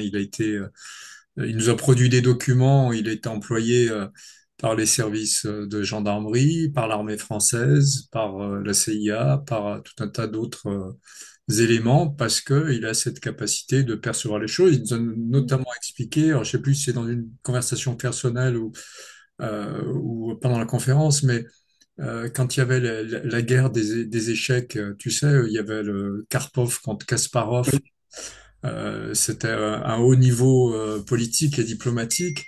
Et il expliquait que ils avaient pour mission de d'influencer négativement la partie adverse, Alors, parce qu'ils savaient que les Russes faisaient la même chose de leur côté. Donc, ils essayaient de les perturber à distance. Donc, voilà, je veux dire, à ce niveau-là, quand c'est utilisé comme ça, c'est ça marche. manifeste. Je veux dire, il y a même pas la question de savoir si la télépathie existe, quoi. Ils le font. Non, mais, non, après, qu'il y ait des gens dans les services secrets, comment dire, et à l'armée qui y croient, c'est une évidence. Après, est-ce que ces gens ont suffisamment de poids et de courage et comment dire, de panache pour imposer ça officiellement? C'est autre chose. Je veux dire, c'est voilà, On parle pas de ces choses-là officiellement. bah, c'est comme dans les hôpitaux. Bah, tout le monde a vu ça à la télé, même pourtant ils l'ont montré, hein, en Haute-Savoie, où les gars ont un fichier Excel de coupeur de feu. Mais on voit bien, ils ont leur logiciel avec tout ce qu'il faut, etc. Puis tu vois la nana, l'infirmière, qui double-clique sur l'icône Excel. Et puis elle appelle le premier, mais qui répond pas. Elle appelle le deuxième, mais elle appelle ça avec son téléphone perso. Je veux dire, tout ça, c'est complètement en perruque. Donc après, est-ce que l'hôpital y croit? Bah oui et non. Non, parce que les gens sont pas, comment dire, dans la liste officielle des soignants, ils émargent pas, ils sont pas payés, etc. Donc ils y croient pas. Et en même temps, ils y croient, puisque le fichier Excel, il est là. Tout le monde, enfin, c'est un reportage qui est passé sur France 2 ou France 3, je crois, il y a une dizaine d'années. Tu vois, la nana, enfin, comme toi, tu vois, tu vois le truc Windows, là, elle double-clique sur le fichier Excel. Et puis elle a 20 types qui l'appellent, et puis il les appelle, quoi. Mais c'est en perruque, quoi. C'est pas. Donc, après, est-ce que l'hôpital y croit? Ben oui et non. Voilà. C'est comme l'armée, il y a des gens qui. Forcément, je suis certain qu'il y a des gens qui font ça en douce. Après, est-ce qu'ils le font officiellement? Ben là, il faudrait. En général, ils vont pas le dire, hein. C'est ça, c'est que les gens y croient, le font, le laissent faire, mais il faut pas en parler parce que ça va à l'encontre Les de. Américains qui sont un peu plus bruts de fonderie, visiblement, eux, vu que ça transpire jusqu'à nous, ces fameux programmes de remote viewing, etc., c'est que visiblement, il y a des budgets qui sont alloués chez eux. Ça paraît clair, puisque aujourd'hui, en tout cas, pas maintenant, parce que ça met du temps à sortir, mais aujourd'hui, il y a des traces de budget qu'on voit dans les années 50, 60, 70, où ils ont fait ce type d'expérience sur les gens, etc. Et bon, à l'époque, c'était caché, puis après, ça ne peut pas rester caché indéfiniment. Donc aujourd'hui, on sait que eux, ils ont financé ce type de programme dans les années 50, 60, 70 et probablement après, hein. Mais bon, comme ça met du temps à sortir, on n'a pas trop d'infos aujourd'hui. Alors, je crois que ce dont tu parles, ça s'appelait les expériences extraordinaires. Il y avait une série de reportages comme ça qui présentait ces Bah choses. après, ça a plus ou moins été admis parce que le pauvre gars là, qui est mort en prison récemment, là, celui qui mettait des bombes, l'écologiste activiste là, qu'on appelait Una Bomber, là. Je sais pas si vous vous souvenez de ce gars Ah avec oui, ça me dit quelque chose, oui. un prononçable Ted Kaczynski. Eh ben lui, c'était un petit génie des maths, hein, c'était un mec complètement machin. Il était à Harvard, il est arrivé là-bas à 17 ans parce qu'il était en avance. Le mec était génial. Et pas de bol pour lui. Bon, il était plus ou moins volontaire, mais enfin bon, il avait 17 piges. Il s'est inscrit à un programme soi-disant de psychologie, etc. Et en fait, c'était des expériences de la CIA de lavage de cerveau. Donc lui s'est fait carrément défoncer la tête, comment dire, par ce programme-là. Voilà. Et après, bah, bon, je pense qu'il avait aussi ses propres idées, mais enfin bon, il a tué des dizaines de personnes en envoyant des bombes par la poste, quoi. Et quand il était au procès, donc il a essayé de jouer cette carte. Les gens ont admis qu'effectivement, il avait subi un lavage de cerveau par le docteur existe, hein, son nom m'échappe, mais tout ça a été admis par les juges, mais ils ont dit, mais c'est pas suffisant pour expliquer que vous envoyez des bombes voilà, par la Alors poste. là, on bascule sur le fait des différents états du moi, des différentes personnalités. Et est-ce que ces personnalités sont toutes les nôtres ou est-ce qu'on se fait parasiter du fait de notre détérioration traumatique par d'autres choses? Ben, on peut malheureusement pas exclure que, comment dire, que certaines formes d'hypnose créent des dissociations psychiques avec des sous-personnalités indépendantes.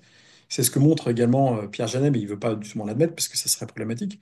Que par exemple, Léonie Le Boulanger, comment dire, est catholique, est timide, etc. Et quand il l'hypnotise une première fois, elle tombe dans une sous-personnalité qu'on va appeler Léonie numéro 2, qui elle est beaucoup plus, on va dire, sceptique, caustique, impertinente pour l'époque, et protestante. Parce que son hypnotiseur de l'époque, celui quand on tombe là-dessus, c'est Joseph Gibert. Et si, une fois sous hypnose, on la réhypnotise encore une fois pour descendre à numéro 3, on va tomber sur son premier hypnotiseur qui s'appelle Alfred Perrier. C'était lui qui l'a hypnotisé pour aller chercher le trésor.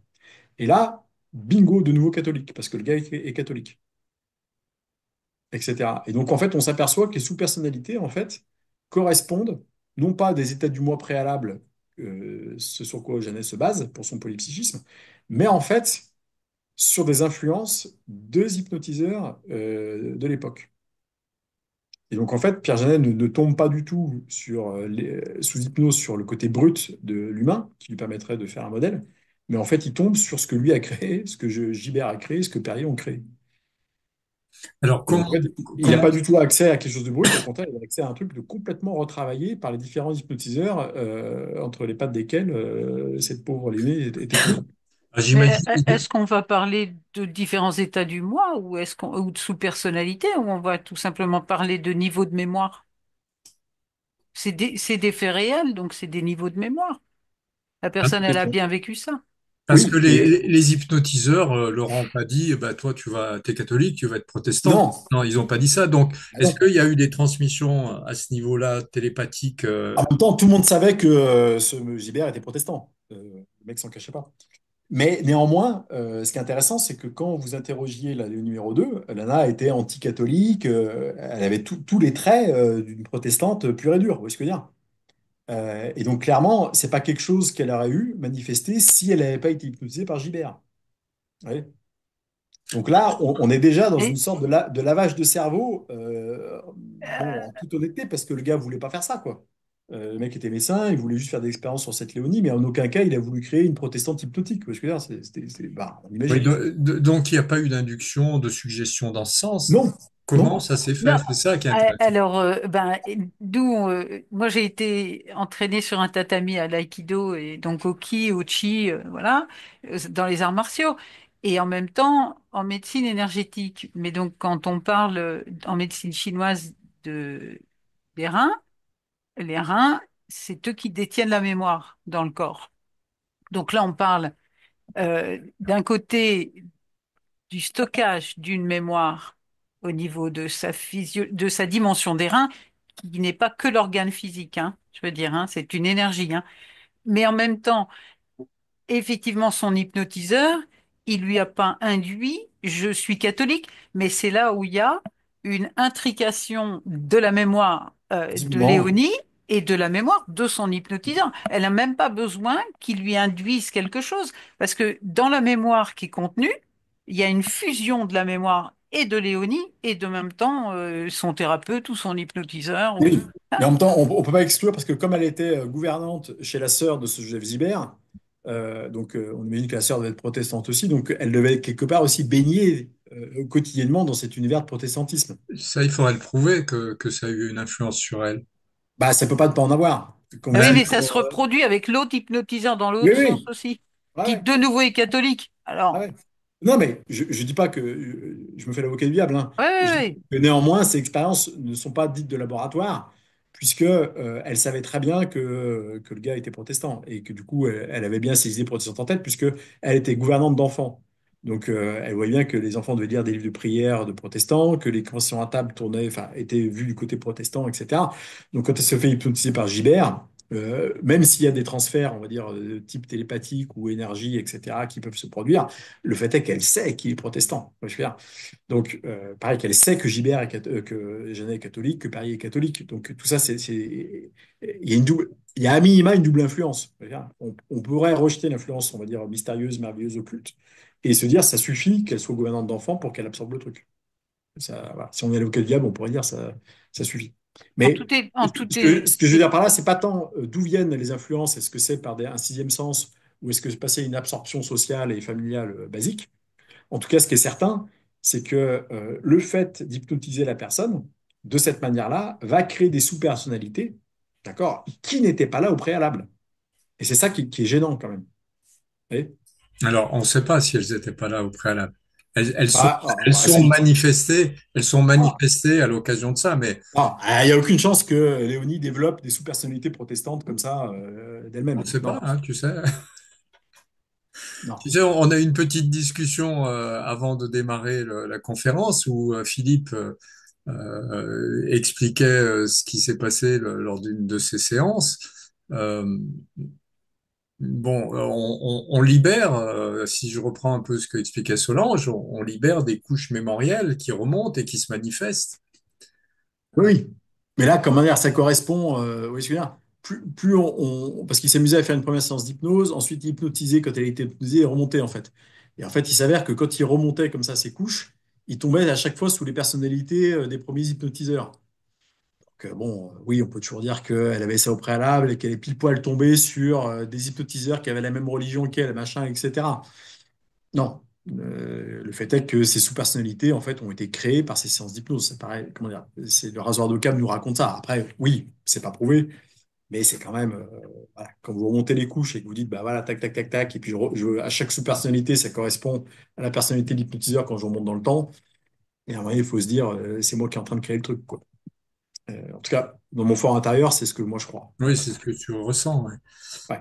Après, bon, Après, il se peut moi, qu'il y ait d'autres je le influences encore concède. plus mystérieuses, hein, qui jouent des mémoires ancestrales, des trucs comme ça, hein. Je nie pas le Oui, transgénérationnel ni c'est rien, ça. hein. Mais là, dans le cas de Léonie, ça ressemble méchamment quand même à des sous-personnalités qui ont été créées de manière complètement induite et involontaire, parce que les mecs ne savaient pas ce qu'ils faisaient à l'époque, par les hypnotiseurs. Et quand Jeannet, d'ailleurs, retravaille avec une autre nana qui est moins télépathe, moins exubérante que Léonie, je ne sais plus, parce qu'il lui donne deux noms, Adrienne et puis Lucie, je crois, un truc comme ça. Pareil, il arrête l'expérience parce qu'il se rend compte que c'est lui qui est en train de créer le truc, quoi. Et qu'en fait, il croit étudier quelque chose de brut, un peu comme les anthropologues, c'est-à-dire qui vont vers les tribus primitives, qui les étudient et qui espèrent, du coup, trouver un comportement brut. Et en fait, les gens s'aperçoivent que bah, très souvent, ils sont manipulés, pas méchamment, hein, par ces tribus qui vont en fait agir comme ils pensent que l'autre attend qu'ils doivent agir. Ouais. Et qu'en fait, ils n'observent pas des trucs bruts parce qu'ils sont là et qui perturbent le système tribal archaïque et que du coup, ils n'observent pas du coup des hommes primitifs, mais ils observent des hommes primitifs en lien avec un anthropologue moderne, ce qui en fait n'a rien à voir. Et donc, bah, c'est foiré, quoi. Voilà. Et ça, en anthropologie, on l'a montré X fois.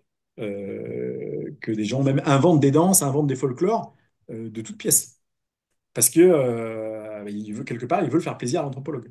Et donc les mecs se mettent à développer des systèmes qui n'existaient pas avant que le mec arrive. Et donc le gars dit, bah regardez, il y a telle danse, machin, et tout. Non, non, non. Alors, on n'a pas de cartographie précise de comment est et fonctionne, on va dire, entre guillemets, l'esprit humain, l'être humain. On a des éléments, on a le mental, on a C'est bien triste, mais non. le subconscient, l'inconscient, on a des parties comme ça. On suppose, on suppute, on expérimente, mais au fond, on n'en sait rien. C'est pas. Non. Donc, et moi, je pense qu'il y a beaucoup de vérité dans tous ces phénomènes. Il y a sûrement quelques supercheries. Il y a Oui, forcément. probablement des mauvaises interprétations. Mais je crois qu'il est important aussi d'accepter les choses comme elles viennent, qu'elles soient vraies ou fausses, dès lors que ça participe de la guérison de la personne. Ah bah, alors après, si on parle de guérison, oui, on peut accepter des trucs faux. Ça, on est bien d'accord. Après, d'un point de vue un peu plus, on va dire, moins thérapeutique, non, il ne faut pas accepter des trucs faux, il ne faut pas les accepter, quoi. Mais ton but en séance, c'est pas de valider ce que Ah oui, en raconte séance, la non, non, non, personne. non, non. Mais moi, C'est que la personne recouvre bien son sûr, bien sûr. intégrité. Alors, là, quasiment tout ce que j'ai raconté aujourd'hui, c'est sous l'angle de l'écrivain, hein, pas du thérapeute, Ah quoi. bon, on est d'accord. Et après, oui, oui, dans la thérapie, on peut se Tous permettre les coups sont effectivement, permis. pas tous les coups, mais on peut, voilà, moi par exemple, je ne crois pas au vie antérieur à titre personnel. Quand quelqu'un m'amène un truc pareil, je ne vais pas aller contre, je ne vais pas m'amuser à démonter sa croyance, quoi.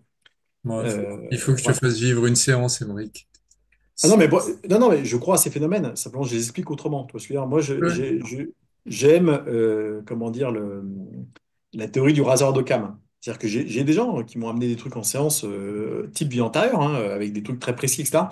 Je pense qu'on peut les expliquer plus simplement. Après, sans rentrer dans le détail, moi, ma philosophie, c'est que l'esprit humain est conçu de telle manière, mais là, on va pas rentrer dans le détail, ça va me prendre des heures, de manière très, très précise, et on a une expérience terrestre. Voilà, c'est ontologique avec le fonctionnement de l'esprit humain. Mais là, on s'éloigne complètement du thème dans lequel on parle. Et donc, cet esprit humain est beaucoup plus puissant que ce qu'on croit et a accès, d'accord, à des zones mémorielles qui potentiellement ne sont pas les siennes. Soit parce qu'elles sont dans sa lignée, dans ce cas, bon, pourquoi pas sur son elle, soit pour des gens un peu plus exotiques qui carrément sont parasités, d'accord, par des bouts de psyché errants qui viennent se greffer à eux. Et donc les mecs te racontent des trucs vrais, hein. C'est-à-dire, moi j'ai eu des patients qui m'ont raconté des trucs sur l'Empire romain, des détails complètement incroyables, pas vérifiables, mais pas loin. Enfin, j'ai des trucs voilà, qui se mettent à parler en langue, des machins, des trucs comme ça. Pour moi, ils sont juste infestés par des bouts psychiques errants qui sont quelque part, je sais pas où, et que les gars, par porosité, ont absorbé le truc et me le recrachent. Mais l'être biologique avec un esprit unique à qui je parle n'a pas vécu cette. Et là, je te parle d'une Oui. nana qui avait vécu des orgies romaines homosexuelles dans une île grecque, tu vois, avec tous les détails hein, Alors, oui ou dont je pas. vous fais grâce.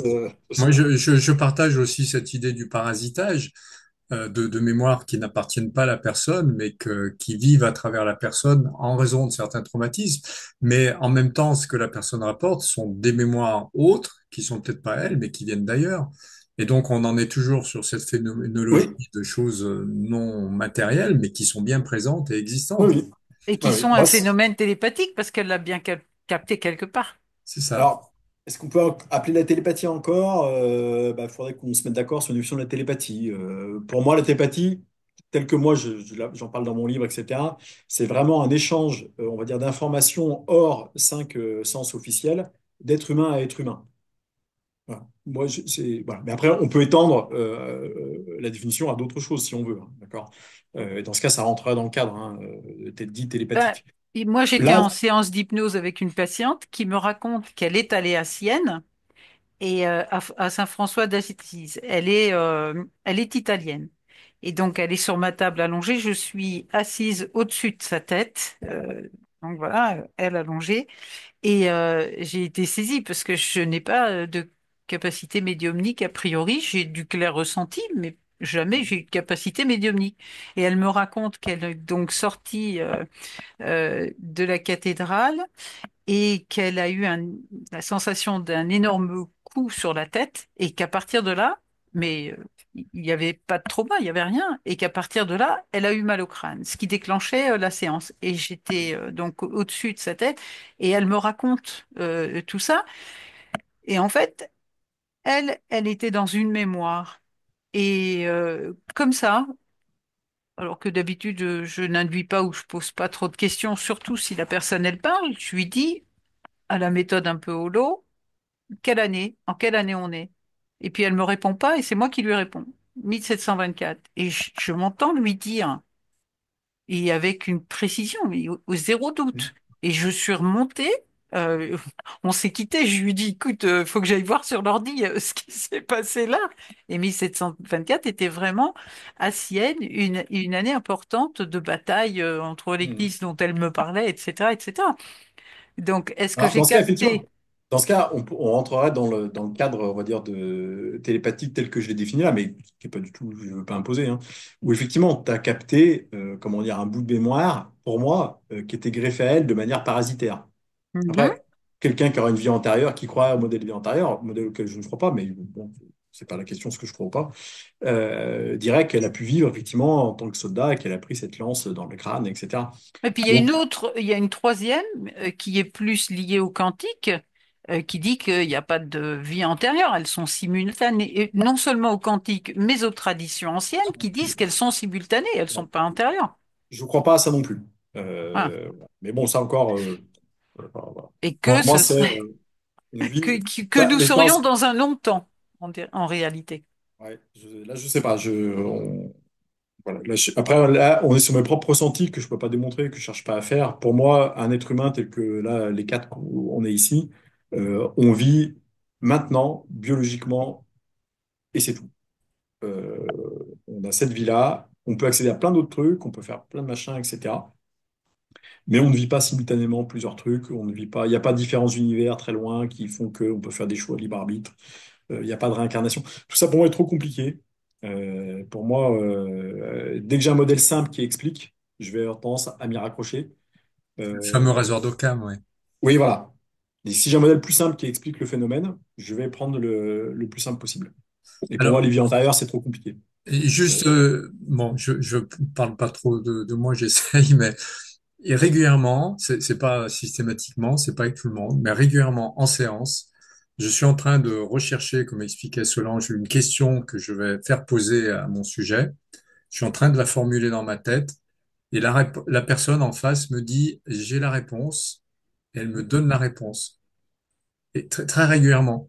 Alors que j'ai pas émis le moindre mot, la moindre idée de ce que ça peut être, et ça peut partir vraiment dans tous les sens en séance. Et la personne me dit, mais j'ai la réponse. Est-ce que je vous donne la réponse? Je viens de recevoir une réponse. Oui, bien Donc sûr. là, on est dans Oui, la pure télépathie. Je suis pas le oui, seul à qui ça arrive, hein. Je sais non, il y a non. pas mal de gens. Oui, ça doit être Donc là, fréquent. on est dans la pure télépathie dans cet échange-là. Donc, moi, je veux bien qu'on me dise que c'est des conneries, mais Non, mais encore, là, ici, tout le monde est à peu près, on est grosso modo dans le même paradigme, on va dire, de vision de la vie.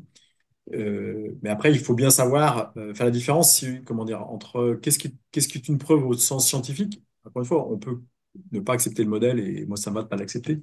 Il n'empêche que c'est quand même celui dans lequel on baigne. Et puis, c'est quand même ce modèle-là qui nous permet, il faut quand même rendre à César ce qui est à César, de discuter par Zoom gratuitement, par Wi-Fi et compagnie. Ouais, je veux dire, c'est que cette science, elle nous permet quand même, moi, je sais pas où vous êtes, enfin, on est éparpillés à des milliers de kilomètres, et ça marche très bien. Moi, je vous vois, si on se voit dans la rue, on va se reconnaître. Oui, je veux dire, et pour pas cher. Oui, 30 balles par mois d'Internet, mon PC vaut 300 balles, c'est gratuit. Je veux dire. C'est qu'aujourd'hui, cette science, comment dire, qui n'est pas la totalité, certes, du monde, permet des choses complètement incroyables, notamment ça, le fait que l'on soit en Zoom en train de discuter comme ça, machin, pour le gratuit, hein, ou presque, enfin, je veux dire, c'est des sommes dérisoires.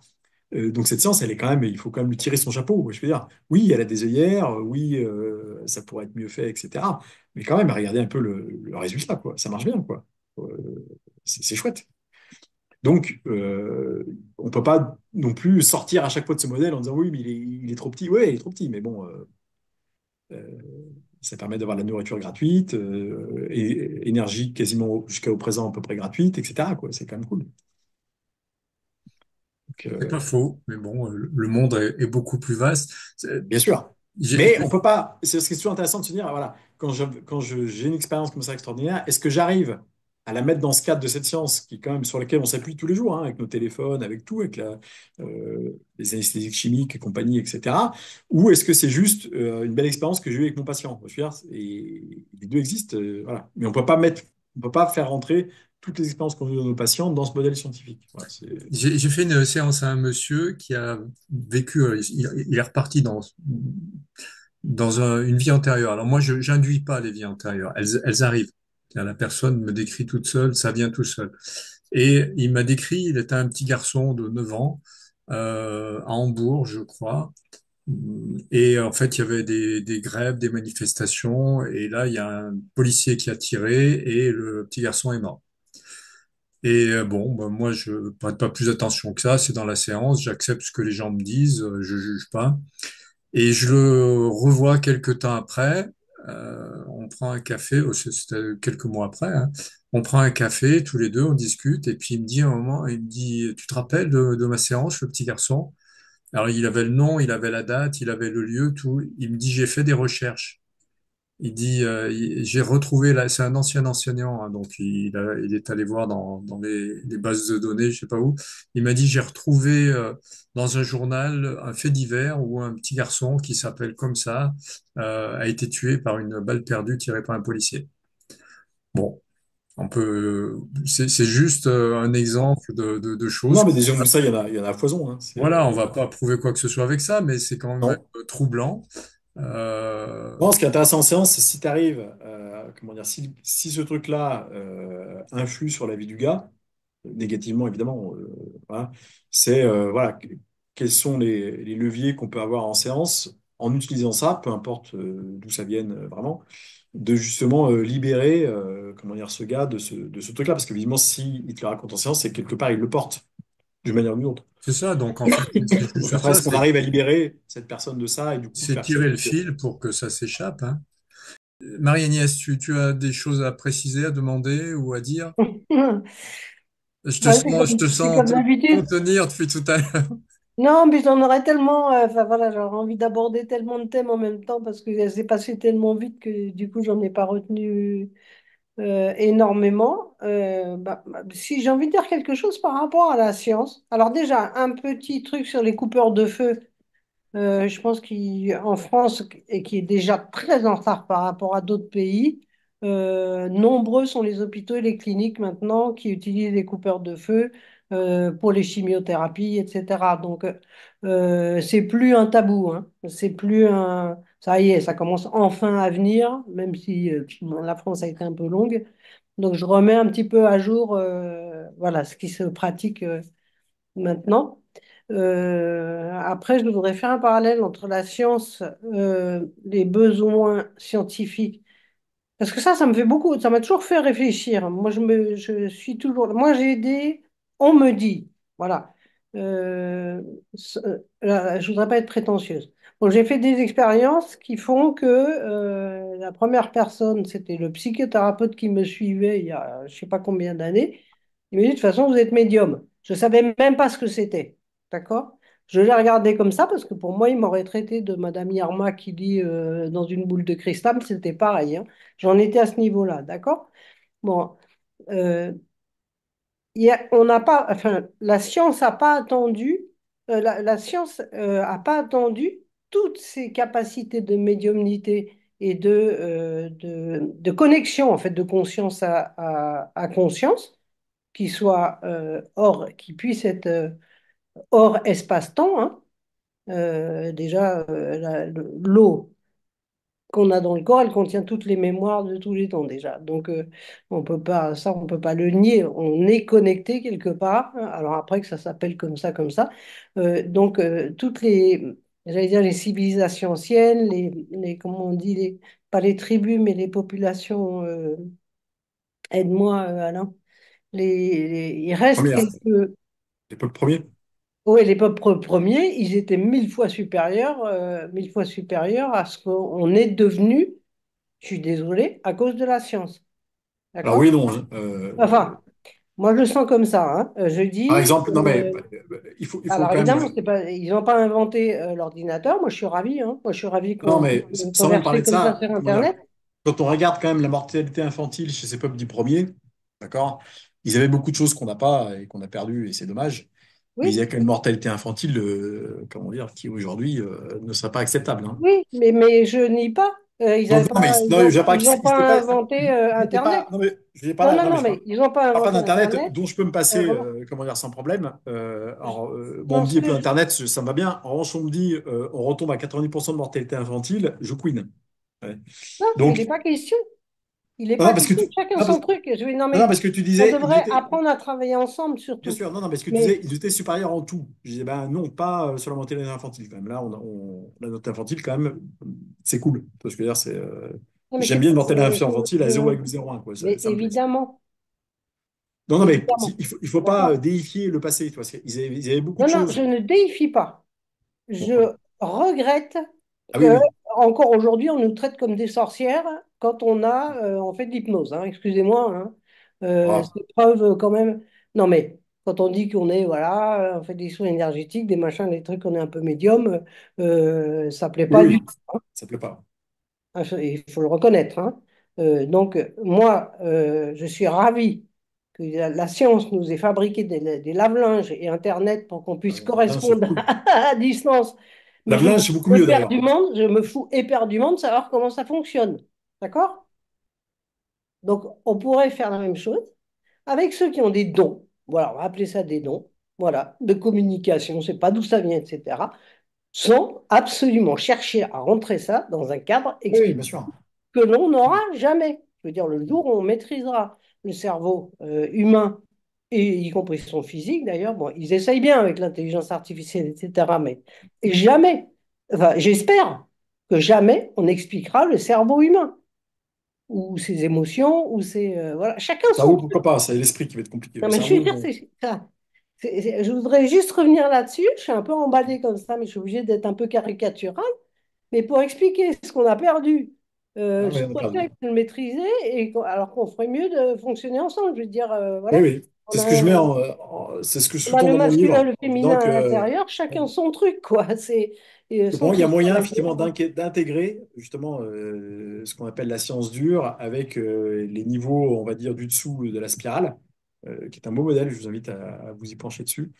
Et qu'effectivement, on a beaucoup plus intérêt à intégrer les différents niveaux pour poursuivre le voyage que à faire comme des fusées et à lâcher les niveaux pour monter plus haut.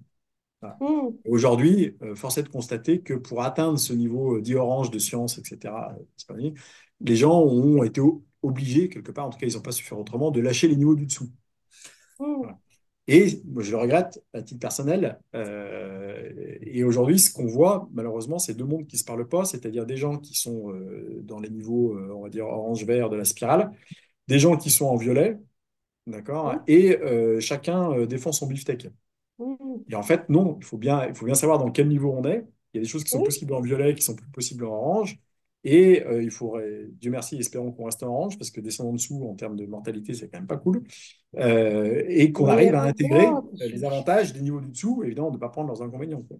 Et à mon avis, c'est en intégrant tous ces niveaux psychosociaux, etc., de la spirale, qu'on va peut-être arriver à quelque chose qui est pas loin du paradis sur Terre, quoi. Mais bon, oui, mais on est d'accord. Mais on continue à se faire la guerre pour des conneries juste voilà. parce qu'on ne s'entend pas et qu'on n'arrive pas Ouais, à bon, admettre. on aime ça peut-être, hein. Euh, Moi, je pense qu'on a très peur de nos pouvoirs, hein. Moi, si je suis venue à l'hypnose, c'est parce que je me suis franchement fait peur avec juste en posant mes mains sur le crâne d'une personne pendant une demi-heure.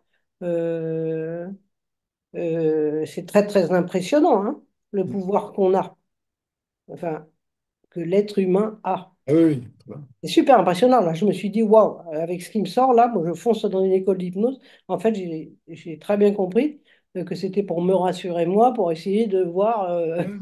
là, si ça ne peut pas rentrer justement dans des limites explicables. Enfin, voilà.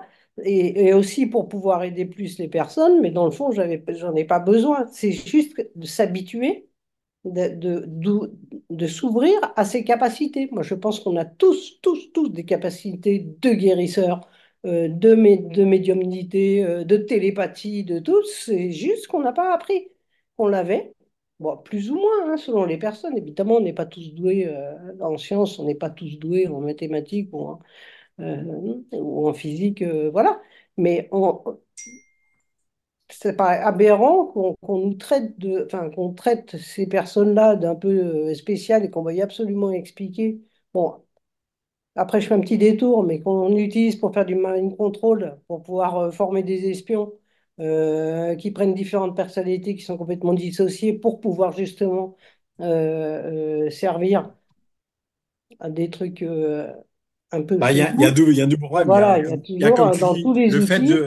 le fait de dissocier les gens en termes d'outils. Bon, Ben c'est oui, dans moche. tous les outils, c'est Et puis en spécifique. plus, quand l'outil est pas génial derrière, c'est doublement moche, quoi, tu vois. Eh oui, ben oui, bien Mais sûr. pour moi, le plus grave, c'est justement de dissocier les gens pour en créer des outils. Et malheureusement, c'est quelque chose qu'on... Ouais, ben, l'hypnose ericksonienne, elle est dissociante, hein. Ah, complètement. Moi, c'est pour ça que j'ai Complètement. pas aimé la formation de base à Complètement. l'IFHE. C'est que, enfin, je me suis pas sentie chez moi. Je me suis dit, waouh, je fais quoi là? Toute Je suis en train hypnose d'apprendre dissociante, peu importe le nom qu'on lui donne, ericksonienne Enfin, ou autre, ça éloigne le mental, voilà. Donc, bah, c'est pas ça, c'est que tu fragmentes la psyché de la personne, quoi. Donc, oui, bon, oui, oui. Donc, on a des outils entre les mains. Moi, je trouve que il faut que le jeu envahisse la chandelle, quoi. ah non, mais on a intérêt à avoir fait un super travail sur soi, transgénérationnel, sur notre Sans même parler de personnalité, travailler sur soi, c'est juste pour moi, même sans travailler pour sur soi, qu'on il vaut mieux on quelqu'un qui n'a peut. pas fait travailler sur soi et qui ne te dissocie pas que quelqu'un qui fait un travail sur lui qui dissocie. Tu vois ce que je veux dire? C'est que le Oui, problème, oui, c'est que. oui, mais on fait de la projection inconsciente en fait, hein, Ah, en plus, oui. même dans le silence, hein. Ah, Moi, bien sûr. c'est ça qui m'a fait peur la première fois, c'est que je posais ma main, voilà, mes mains sur la tête de la personne, et puis pour libérer, on va dire, la place au lien et à ce qui devait se passer, pour être sûr de ne pas la polluer avec éventuellement un souci du jour, etc. Je me focalisais sur une super belle image qui m'apaisait. Je dis n'importe quoi, hein. Allez, la lune au-dessus de la glace en Antarctique. Et je focalisais là-dessus juste pour libérer le passage, quoi, pour pas influencer négativement. Et après, dans mes séances, je disais à la personne, j'interrogeais en disant, bah, alors je passais une demi-heure comme ça, je l'avais débriefé en lui disant, bah, soyez, parce que je voulais pas qu'elle s'endorme.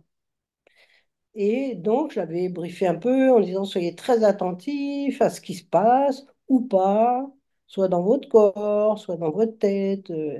Moi, je ne verrai plus rien dire pendant une demi-heure. Hop, je parcours un peu toute la personne. Et je l'avais prévenue qu'après, je lui demanderais si elle avait envie de me dire ce qu'elle avait ressenti ou pas. La personne me sortait l'image que j'avais dans la tête, la Lune avec l'Antarctique. Waouh! Là, je me suis dit, j'arrête tout, hein. J'arrête tout tout de suite. Parce que si je suis capable, alors est-ce que c'est elle qui m'a induit l'image ou est-ce que c'est une espèce de C'est pas. conscience collective, un égrégore, ou c'est dans l'autre sens, j'en sais rien. Mais c'est très impressionnant, hein. Et ça existe pour de vrai. De quoi? Ben ça, c'est réel, je veux dire, c'est une réalité. Ah bah oui, oui, oui. Moi, j'ai failli arrêter toutes mes études Mhm. Oui, parce qu'on nous explique pas et donc ça fait peur. énergétiques, etc. Et à ce moment-là, bon, j'avais voulu être suivie par une hypnothérapeute. J'étais au tout début tout début de ma formation d'hypnose. Et puis, je me souviens d'avoir dit à mon hypnothérapeute du moment, et je dis, mais moi, vous savez, j'arrête tout, hein. Voilà ce qui s'est passé. Bon, elle connaissait un peu mon parcours de vie. Et, euh, et j'ai dit, mais c'est trop dangereux, là, ces jeux-là, là. Là, moi, j'arrête, hein. Parce que ça veut dire que là, j'ai donné une belle image à quelqu'un qui lui a fait du bien, etc. Mais j'ai imaginé ce que je peux faire dans le sens inverse, quoi. Mhm. Et, et là, avec sa petite voix toute timide et tout, elle était trop drôle. Et, et elle me dit, non, parce que vous avez tellement nettoyé de choses depuis des années de thérapie, de machin, de parcours abracadabrant, que vous le ferez pas. Alors du coup, elle m'avait réencouragé. C'est bien, c'est rassurant, c'est vrai que c'est intéressant. Bon, Ah bah oui, oui, mais moi, je te promets, c'est vraiment... là, tu mesures en fait l'outil qu'on a et même ses capacités positives, hein, et c'est ça, ouais. de guérison. Moi, j'ai Il faut voilà, des s'ouvrir. guérisons sous mes mains, juste tu t'assois, tu pleures, hein. Mhm. Ça t'appartient pas, ça appartient, tu sais pas d'où ça vient, donc mais c'est les deux. Et il s'agit pas de contrôler ça coûte que coûte, quoi. Et c'est une erreur hein, de faire comme ça, de pas marcher main dans la main, quoi. Parce que nous, on a besoin de la médecine, hein. C'est le Ouais. constat à l'hôpital. Oui, voilà. On a besoin à la fois du physique et du non physique. Oui, oui, J'ai mis dans le chat deux vidéos qui sont enfin deux liens de vidéos qui sont les vidéos de la conférence de Jean-Pierre Girard. Et Jean-Pierre Girard, il nous a expliqué, démontré, et lui, il a été étudié en double aveugle scientifiquement des centaines de fois parce que les gens ne croyaient pas ce qu'il faisait. Il tord le métal et oui, il change la structure interne du métal. Et les gens oui, qui ont fait ça, oui, j'ai vu. les ingénieurs de Péchinet qui ont monté les expériences à la Maison des Sciences à Paris, n'en revenaient Mm. pas. Et eux, ils ont une approche purement scientifique. Enfin, tout a été fait pour qu'il n'y ait pas de biais de quelque manière que ce soit. Tu pourras les regarder, Émeric. C'est vraiment passionnant. Et là, il y a une Regardez, je connaissais influence. pas ce type. Ah oui, il est passionnant, Jean-Pierre. Et il y a vraiment une influence de l'esprit sur la matière. Donc, et moi, je suis allé à sa formation en ne croyant pas ce qu'il enseignait, parce que je me suis dit, il va nous expliquer comment faire, on va essayer, on va pas y arriver, il va nous dire, bah, vous faites mal. Et on était une vingtaine, il y avait même un psychiatre hein, dans le lot. Et au bout d'un quart d'heure, il y a une jeune fille qui dit, c'est bon. Et elle avait une petite barre d'aluminium, effectivement, elle était bien tordue comme ça. 10 minutes après, une deuxième, une troisième. Je dis, c'est pas possible. Moi, j'arrivais pas, je galérais. J'ai mis 1 heure, mais j'ai fini par courber très légèrement ma barre. Donc, ben voilà, c'est possible, ça existe. C'est Et marrant.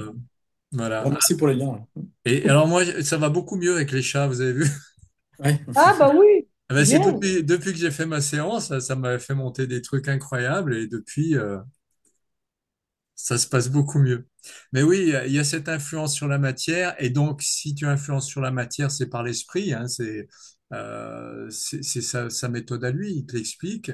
Euh, enfin, il présente des éléments, des documents, tu peux trouver des vidéos de gens qui ont expérimenté dans plein de pays différents. Chaque fois, il mettait en doute ce qu'il faisait. Il y avait des huissiers, il y avait des caméras, on lui remontait les manches, on lui donnait des tubes scellés avec des barres de métal, on lui donnait tout un tas d'éléments et chaque fois ça se tordait, l'intérieur, la structure du métal se modifiait. Et de mémoire, je crois qu'ils disaient, les ingénieurs de Péchinet, qu'il aurait fallu bombarder le métal pendant toute une journée avec une énergie gigantesque de neutrons. Donc il y a vraiment, ça rejoint ce qu'explique Marie-Agnès, hein, on a des capacités qui sont plus ou moins développées, mais qui sont présentes chez tout le monde à différents niveaux. Et c'est intéressant de voir comment cette action aussi, et pas seulement sur la matière, mais au niveau de la psychologie, hein, comme tu le présentes, Émeric, dans les rapports humains, dans cette possibilité d'interagir avec les gens, comment tout ça est une réalité présente qu'on a du mal vraiment à expliquer. Ouais, c'est vrai. Je t'invite à regarder les vidéos, c'est vraiment Ouais, super je viens de les intéressant. télécharger Oui, là. celles-ci, elles sont vraiment impressionnantes, hein. Ouais. Et puis voilà, recherche, tu tapes Jean-Pierre Girard, tord le Ouais, métal, ou tu vas Girard sur son Alexis, je me site souviens. Bon, mais bon, Girard. maintenant que j'ai les liens, je vais. Voilà, enfin, on est dans un monde de doute. Euh, et alors d'ailleurs, qu'est-ce que tu ressens, Émeric, quand tu penses à ça? Pour toi, tu nous as expliqué, ben, on a une vie, on vit cette vie-là, et puis c'est fini, il n'y a pas de réincarnation, il n'y a pas d'autre vie, il n'y a pas d'autre chose. Comment tu perçois ça? Qu'est-ce que tu ressens? Je pense qu'il y a, comment dire, que notre conscience était là avant, elle sera là après, si tu veux. Je parle juste de l'unicité de l'expérience biologique. Il y a une expérience biologique. Ouais, pour moi, c'est l'unicité, elle est là. Non, non, ma conscience était là avant mon incarnation, elle sera là après. Donc, je suis tranquille par rapport à ça, enfin tranquille, dans une certaine mesure. Euh, c'est juste que pour moi, il y a mono-expérience biologique. Voilà. Bon, ça change pas ma vie au jour le jour, hein. Hmm. Donc, voilà. Il y a la primauté principielle de l'esprit, par définition, sur la psyché et sur le corps. Et donc, bon, voilà. Corps avec une belle expérience terrestre, voilà, qu'il ne faut pas gâcher, évidemment. Mm. Euh, Puis, bon, bah, je verrai à ma mort si j'avais raison ou pas. Et si je me suis trompé, bah, Oui, je reviendrai vous dire, bah, écoutez, tu viendras nous bismillah, En tirer par les télépathie. pieds. Et ça marche, hein? je me suis trompé, je reviens. Je vous salue de nouveau. Non, c'est passionnant tout ça. Mais bon, au fond, comment dire, se dire qu'on est parasité par des mémoires qui sont pas les nôtres, ou qu'on hérite de mémoires transgénérationnelles, ou qu'on a plusieurs vies, franchement, dans la vie de tous les jours, ça change pas grand-chose, quoi. Voilà. Le seul truc qui pourrait changer quelque chose à la limite, d'un point de vue théorique et pourquoi pas pratique, c'est que le fait de dire si on n'a qu'une vie, autant faire ce qu'on a envie de faire maintenant. Tu vois, c'est que tu n'as pas d'autre chance, donc ça te pousse quand même à des actions que tu pourrais, comment dire, délayer dans une autre vie, tu vois, en disant, bon, bah, là, j'ai foiré celle-ci, c'est pas grave, je vais me retrouver dans l'autre. Voilà, il y a un petit côté, comment dire, les vies antérieures peut induire un petit comportement passif chez certaines personnes, tu Alors vois, bon, fatalistes, etc. je Comme partage on pas tout voit. à fait cette vision, mais Ah ben non, je vais plus loin. Rien que le fait de savoir que tu vas mourir, bon, même si, quoi qu'il se passe après, parce Mhm. que ça, c'est un grand mystère quand même. Oui, ah bah oui, Imagine que à ta naissance, allez, hop, on t'annonce que tu es éternel. Moi, je fous plus rien, bah pareil, hein. Moi, rien à foutre. heureusement qu'il y a la mort, Ouais, parce ouais. que ça nous Non, met un mais petit coup de voilà. pression. Ouais. Et quelque part, le fait de se réincarner, c'est une forme d'immortalité, si tu veux. Et on voit que chez les gens, en masse, Oui, pas chez oui, tout à l'individu, fait. mais quand tu vois, par exemple, les hindous qui croient à la réincarnation, les mecs, ils sont cool, si tu veux. Ils disent, ouais, bah, je fais ça dans cette vie peinard, parce qu'après, je ferai Oui, ça la vie oui. d'après, puis je ferai ça encore d'après. Et du coup, au final, le mec, il est mendiant toute sa vie, quoi, tu vois. euh, Oui. Oui. parce qu'il pense qu'il a payé une connerie, donc c'est normal qu'il soit mendiant, parce que tu vois, je vois beaucoup ça quand même, moi, comme une gigantesque opération de contrôle social, si tu veux. Euh, bon, Alors, le système des castes, oui. oui, mais ça va avec la réincarnation. Mais la réincarnation, c'est autre chose. Oui, j'entends bien, mais ça va avec, si tu veux. Et les deux sont apparus plus ou moins en même temps, tu vois. Donc moi, le contrôle social, c'est pas trop ma tasse de thé, si tu veux. Tu vois. Donc quand Ouais. je vois un truc qui est utilisé comme contrôle social, je m'en méfie, quoi. Tu te dis, et en pratique, ben, on voit des gens, comment dire, encore une fois, en masse. Hein. Après, chaque individu peut s'extraire du truc et bien se positionner par rapport au vie antérieure. Mais en général, les gens qui croient en vie antérieure dans leur religion, dans leur structure, etc., se bougent pas les culs, quoi. Ils sont, voilà. Mais parce que ma perception, en tout cas, ma compréhension de ça, c'est que on est là pour vivre des expériences qui nous amènent à percevoir la vie dans sa plus belle lumière, j'allais dire, dans son côté le meilleur. Et comme on expérimente à partir de rien, ben, on commence par faire plein de conneries.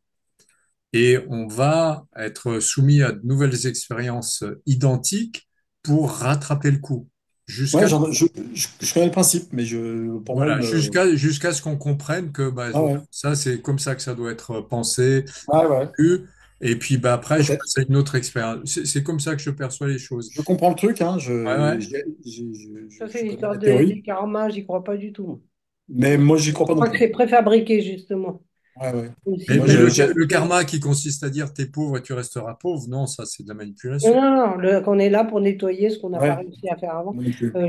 Je soupçonne quand même une grosse, Je crois grosse pas. manipulation. Ouais, moi aussi. Je sens pas le truc. Mais je pourrais pas le justifier, hein, mais Non, moi non plus, je l'ai jamais senti. Et j'adhère ça pas le se truc. Ouais. confirme maintenant que j'y réfléchis. Ouais. Moi, Comme la j'aime pas l'idée. menace du paradis ou de l'enfer Ouais, après, pareil. enfin, C'est les c'est trucs. Non, exactement ça, pareil. c'est des Ouais. représentations à Oui, moi. mais pour moi, c'est pareil. Pour moi, je sens la même énergie derrière le paradis et l'enfer Ouais, que je suis là pour nettoyer les trucs au fur et à mesure. Je ouais. sens un truc pas net derrière. T'arrives, t'es déjà puni, quoi. Tu vois. Vous avez un Ouais, petit voilà. compte à régler avec la méritocratie, hein, quand même. Peut-être.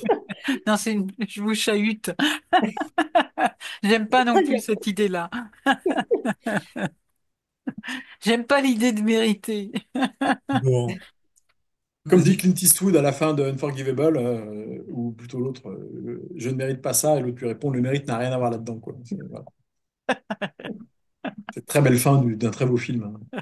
Ah, Avec Clint Eastwood, il a quand même Ah fait. bah magnifique. Je sais pas, j'ai vu ce film Unforgivable, vous l'avez vu, il faut le voir, c'est grandiose. C'est son dernier, c'est ça? Non, non, non, c'est un de ses... C'est- Il est vieux déjà, il est Ah oui. réalisateur et acteur, il joue le rôle d'un bandit, c'est un western où il essaye de se repentir de sa vie de bandit, mais enfin bon, c'est pas facile de se repentir. Quoi. Et donc on le voit, il reprend du service alors qu'il a 70 piges et qu'il ne s'est pas battu depuis des années. Et puis bah, ça va pas se passer exactement comme prévu, quoi. Notamment, il y a cette fin sur le mérite avec Gene Hackman et Clint Eastwood dans le bar, il pleut, c'est crado. Voilà. Très belle formule sur le mérite. Quoi. Voilà. Très bon film que je vous invite à regarder. non, il y a pas de bon, il y a pas de mauvais, il y a juste une compréhension. C'est la dualité, hein. La dualité, c'est soit t'es dans le bon, soit t'es dans le mauvais, mais que tu sois dans l'un ou dans l'autre, c'est pas bon. Ouais. Non, non, Mhm. je parlais de que c'était un bon film, pardon. Hein. Oui. Je ne qualifiais pas le comportement moral de Clint Eastwood, c'est trop compliqué, effectivement. Non, mais je rejoins ce qu'on disait juste avant. L'idée, c'est de comprendre là, d'être juste. On fait pas mal, enfin, on n'est pas mauvais ou bon. On est dans une dualité du bon ou dans une dualité du mauvais. Mais c'est pas notre place. Notre place, elle est à la compréhension médiane, à la chose juste. Bon, mais en tout cas, Émeric, c'était intéressant. Ça suscite Ben ouais. beaucoup de réactions. Hein. C'est pas trop souvent qu'on a autant d'échanges.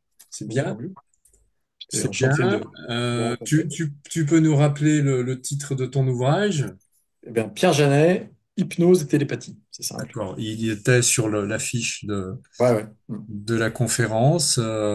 Écoute, j'invite toutes les personnes sceptiques et même celles qui ne le sont pas. Elle nous écoute pas aujourd'hui en ce moment, en tout cas. Non, mais Il y a des replays.